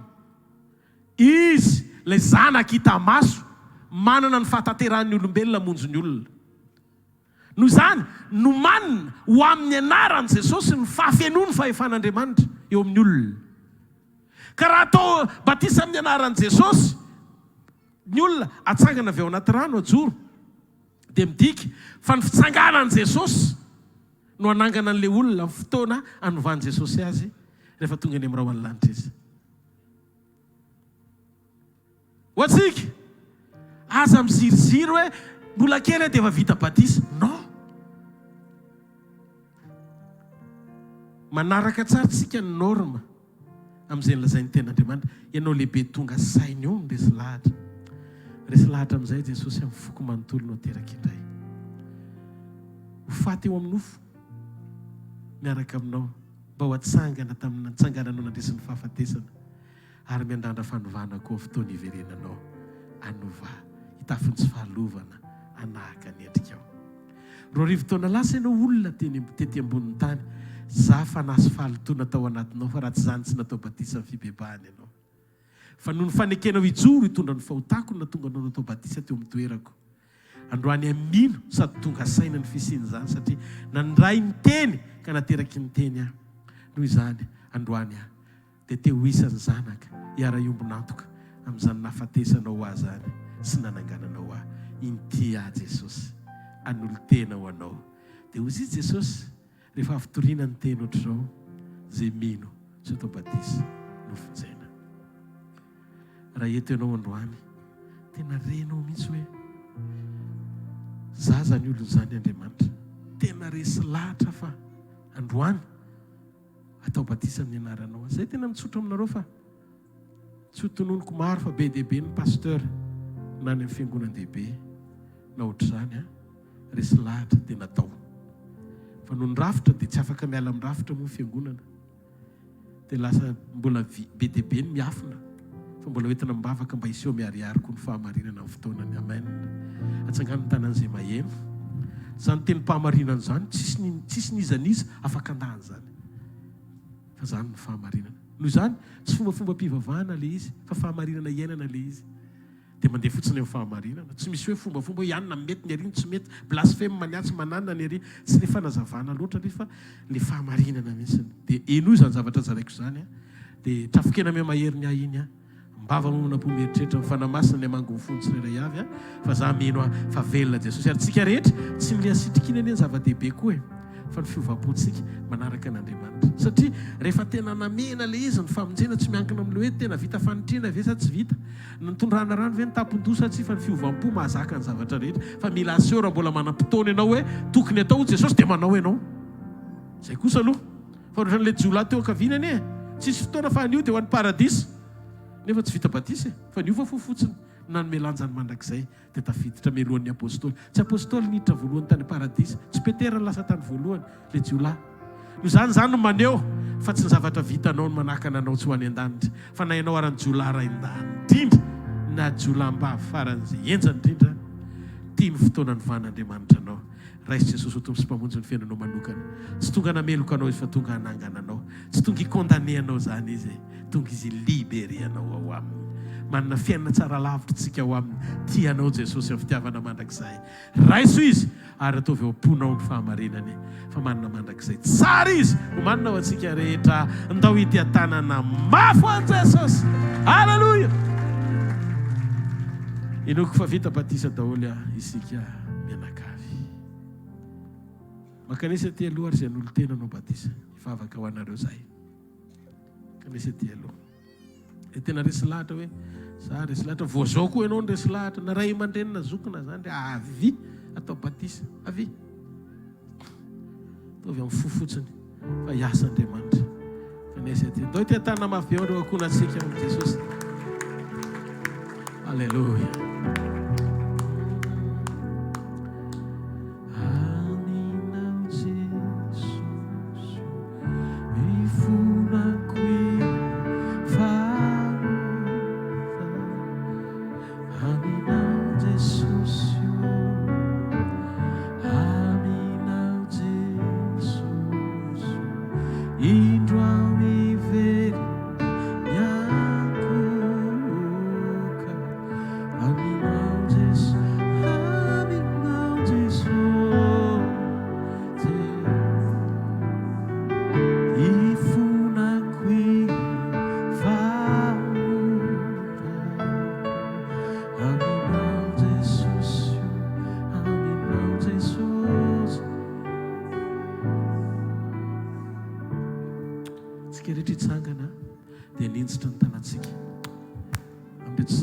Andriamanitra zay manokatra ny fony tena hoe vonina ho amin'izany fotoana tsara indrindra zany ho fiainana.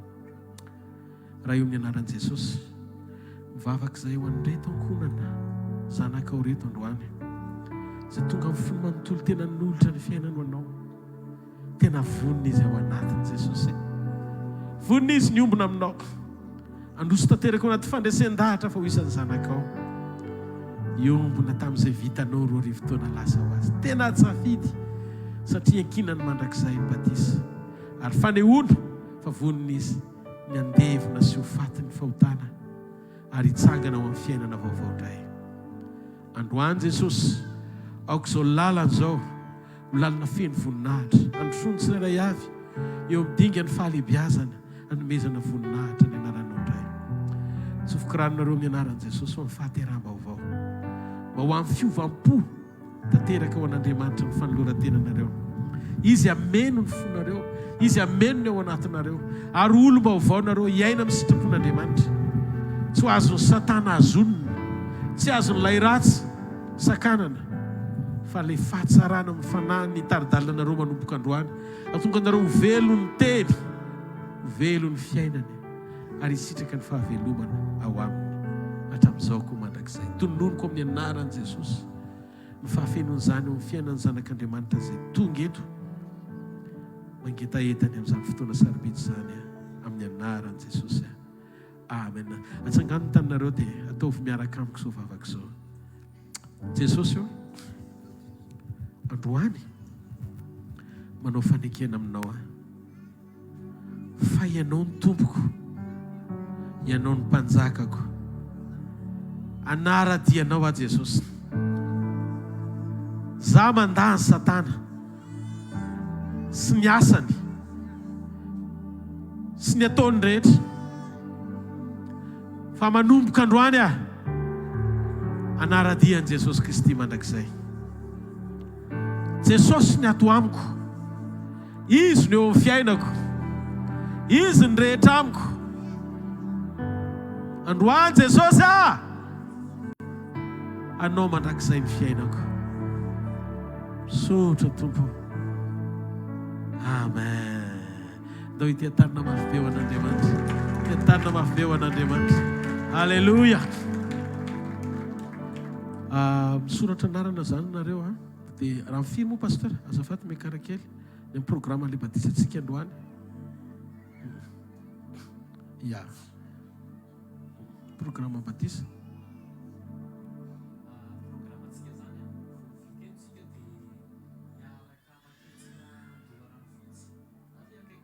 vainanareo rehefa aveo le toerana andehanantsika, fa vao vitetsika dia miaraka makany sy afaka manaraka mo arabasoa arabatsara, fa zay aloha miaraka aminareo, miaraka makany dia antsika manao an'ilay izy. Zay tonga dia vao eo zany dia miara mijanona kely vetivety hanazavana an'ilay toerana andehanana, dia mila ambasadoro zay pasteur afaka rehetrarehetra koa tena mety be. Eny tompoko. Eny ary tompoko. Zay zany vao vity ty fotoana ity vity zay mifanofanana dia miroso makeny daholo isika manatanteraka an'ilay izy. Ao mba hitsodrahany kely aminareo tsirairay avy amin'ny anaran'i Jesosy. Raha io amin'ny anaran'i Jesosy, oka mifanolora tena n'ity vehivavy ity, ho tanteraka mandra-piavinao eny amin'ny rahona lanitra, voatahiry amin'ny fametranetaeta lalina ao am-pony ao fanjakanao. Amen. Oka ny fahafenon'Andriamanitra meno anao dia ny fahatsarany hitahiry anao mandra-piaviny, tsy ho rembon'ny satana anao azony fahavalo, fa ahery amin'ny lafi-piainanao manontolo. Oka ny herin'ny fanamasiny hitahiry anao mandra-piaviny, tsisy arombaka anao amin'ny tanan'Andriamanitra, mandra-piveriny Jesosy ny rahona lanitra. Amen. Oka ny fahatsan'Andriamanitra sy ny fahasoavany amaly amin'ny fanoloran-tenanao, tonga anao vehivavy voatahiry mandra-piveriny Jesosy. Reko Andriamanitra miteny hoe reniny sentinao ary tsisy miafiny eo anatrehan'ny lalanao, mandehana fizam-pahery ianao. Amen. Amin'ny anaran'i Jesosy avy any Nazareta, ny anonako ny tenim-pahasoavan'Andriamanitra, tehirizan'Andriamanitra anao amin'ny rano sarobidy sy nadiovany ianao ary tehirizany ianao amin'ny fotoanany vany ianao. Amen. Tononoko amin'ny anaran'i Jesosy, tanteraka songana amin'ny fanoloran-tenanao, fitehirizana amin'ny fotoam-pampakarana, atonga anao vady akarin'i Jesosy sy ho voatahiry tsara amin'ny fanoloran-tenanao. Amen. Tononoko amin'ny anaran'i Jesosy, fa Andriamanitra an'i Jesosy Kristy Tompo hitahiry ianao ary tahiry ny fananao sy ny ainao sombanao manontolo amin'ny fotoana iverenany pakatra ny fiangonany, hitahiry ianao izy amin'ny fiovany izany voninahitry ny anarany. Amen. Tononoko amin'ny anaran'i Jesosy, fa ny fahasoavan'Andriamanitra meno anao ary ny tanan'Andriamanitra tsy alo amin'ny fiainanao, izy niditra tsy setra hitahiry ianao hatramin'ny farany mandra-pahatonga an'izay andro izay izay mivany ianao. Amen. Tononoko amin'ny anaran'i Jesosy Kristy avy any Nazareta, ny fahasoavan'Andriamanitra sy ny tanana amin'ny fiainanao, izy hitahiry ianao mandra-piveriny ary tsisy andrombaka anao amin'ny tanany mandra-pahatonga amin'ny fotoana iananao aminy, amin'ny anaran'i Jesosy. Amen. Tononoko ny fitehirizan'Andriamanitra anao mandrakizay amin'ny herin'ny fanahany, izy hitahiry ianao hatramin'ny farany, tsisy andrombaka anao amin'ny tanany mandra-piveriny. Amen. Tononoko amin'ny anaran'i Jesosy Kristy avy any Nazareta, ny fahasoavan'Andriamanitra hitahiry ianao hatramin'ny farany mandra-pahatonga amin'ny fotoana ny vany ianao ao aminy. Amen. Tononoko ny tanan'Andriamanitra mandrakizay ameno anao ary midinga ny fahatsarany hitahiry ny fanahynao mandampiveriny Jesosy apakatra anao sy anovany ianao. Amen. Jesosy Kristy avy any Nazareta, hitahirany sahihatra amin'ny farany ary anovanao ho tahaka ny endriny amin'ny fotoana ampakarany, namitoepona amin'ny toe-panana amin'ny saina, tsisy fiverenan-dalana intsony mandrakizay. Amen.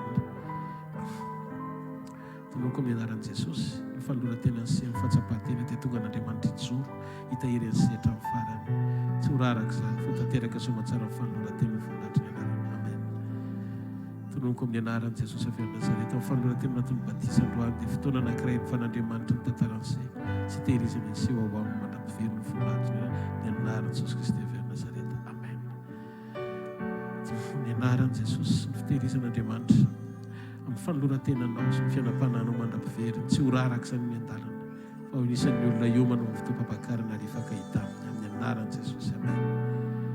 Tononoko amin'ny anaran'i Jesosy Kristy ny fitehirizan'Andriamanitra sy ny fanovany atombana tanteraka ny lalam-piainanao araka ny sitrapony mandampiveriny ny voninahitry ny anarany. Amen.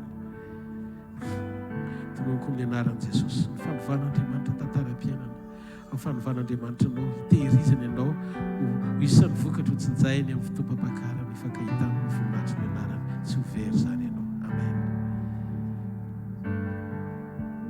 Tononoko amin'ny anaran'i Jesosy ny fahasoavan'Andriamanitra mitahiry ny fiangonana, hitahiry ianao ho mivokatra tsara amin'ny fotoam-pampakara ho santionany zavatra nataony mba ho mendrika amin'ny voninahitra. Amen. Tononoko amin'ny anaran'i Jesosy ny fitehirizan'Andriamanitra anao amin'ny fotoam-pampakarana zao fanoloran-tenanao zao tena ho voapirofo fa Andriamanitra nitahiry ianao mandampiveriny ho isan'izay akariny amin'ny anaran'i Jesosy. Amen. Tononoko no ahatonga anao voatahiry isan'ny zanak'ampakarina Andriamanitra amin'ny fotoana iverenany mandehana amin'ny anaran'i Jesosy izy ombanao sy ampahery anao ny voninahitry ny anarany mandampiveriny. Amen. Tononoko amin'ny anaran'i Jesosy Kristy avy any Nazareta ho isan'ny zanak'anakarina ianao feno voninahitra ao raisiny sy ho tehiriziny mandampiveriny amin'ny anaran'i Jesosy. Dao tsika ity an-tanana mafy eo an'Andriamanitra. Alleluia. Azo ity an-tanana mafy ho an'i Jesosy. Reo zany ny zanak'Andriamanitra nateraka indray vaovao indray eo anivon'ny fanompona andao ity an-tanana ho an'ny tompony amin'izany. Mino fa mbola maro no isan'izay nampiana amin'ny fotoanany ho voninahitry Jesosy sy rery ihany. Andao fafany amin'ny lanitra ny tana dia sotra n'Andriamanitra tsika ny fotoana androany. Sotra Jesosy ny fotoana androany.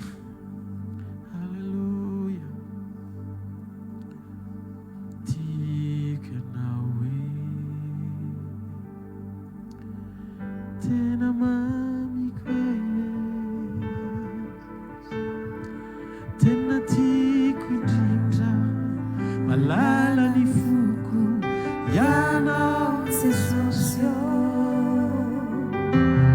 tsy atakanako an'izany iza tsy hosoloko ny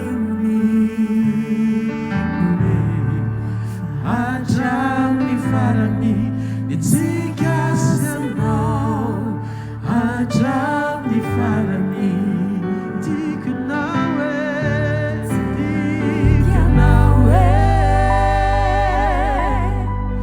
tena mamiko tena tiako indrindra malala ny foko ianao Jesosy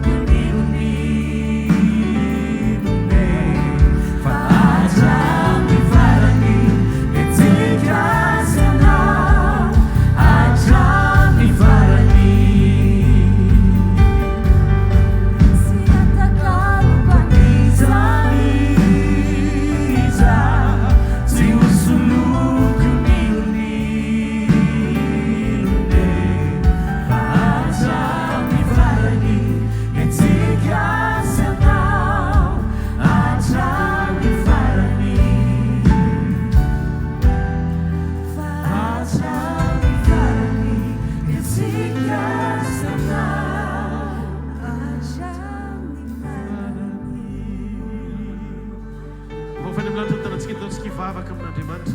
Angatakatsika amin'ny fahafenoan'ny hery sy ny fanamasina. Angatakatsika amin'ny fahafenoan'ny hery sy ny fanamasina. Angatao Andriamanitra, angatao Andriamanitra, angatao Andriamanitra ny fahafenoany. Arotsay Andriamanitra ny hery ny fananao amin'ny anaran'i Jesosy. Ameny indray anay amin'ny fahafenoana. Aoko zay rehetra mangetaheta andray izany avy any ambony. Raiso amin'ny anaran'i Jesosy avy any Nazareta. Ako feno ny fanatsika rehetra. Aza tazomina ny vavanao, aza tazomina ny vavanao. Avelao amin'ny fahafenoana amin'ny fanamasina hitondra izany. O raparakabara setororia. Eroria lagarabara tesiakerero sakabarano kono sendaradia. Esho alabrasikotele sialage sedere. Abrasore kabisheka dere kraba. Rise on the Lord Jesus. Kan fahafenoana Andriamanitra oera ao anatinay. E kalabarase ketere bonabana. Akarabana sendere ke barashati. Ke bani sendere ke shetere. Devo shaka gabara krisindiga. Desbarache. Esho alagradusi da parke sendere. Am the Lord Jesus of Nazareth. Rise on fahafenoana. Rise on fahafenoana. Am the Lord Jesus. Kan sarika Andriamanitra zay toketo androany. Fiantsona fahatsarana feno amin'ny anaran'i Jesosy Kristy avy any Nazareta. Halleluja. Mafany amin'ny lanitra ny tanao dia misaorana Andriamanitra ny fonao manontolo.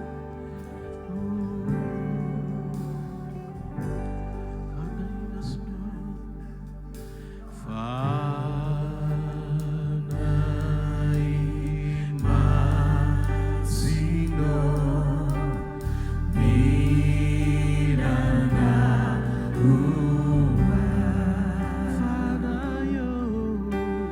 fanayo, fanayo.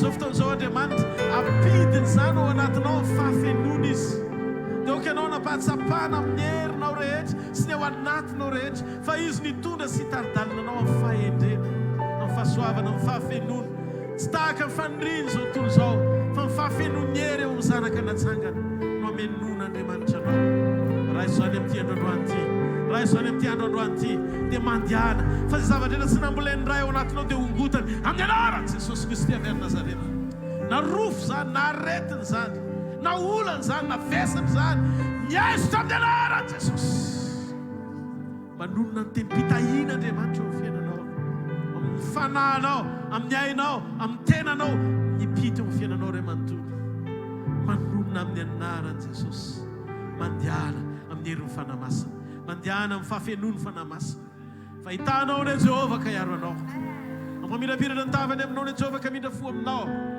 anandratra ny tavany aminao ny Jehova ka mianao fiadanana amin'ny anaran-dray sy ny zanaka ary ny fanahy masina amen tsikitsikia ny olona manodidina anao roa na telo fa soavan'Andriamanitra ny matoy izao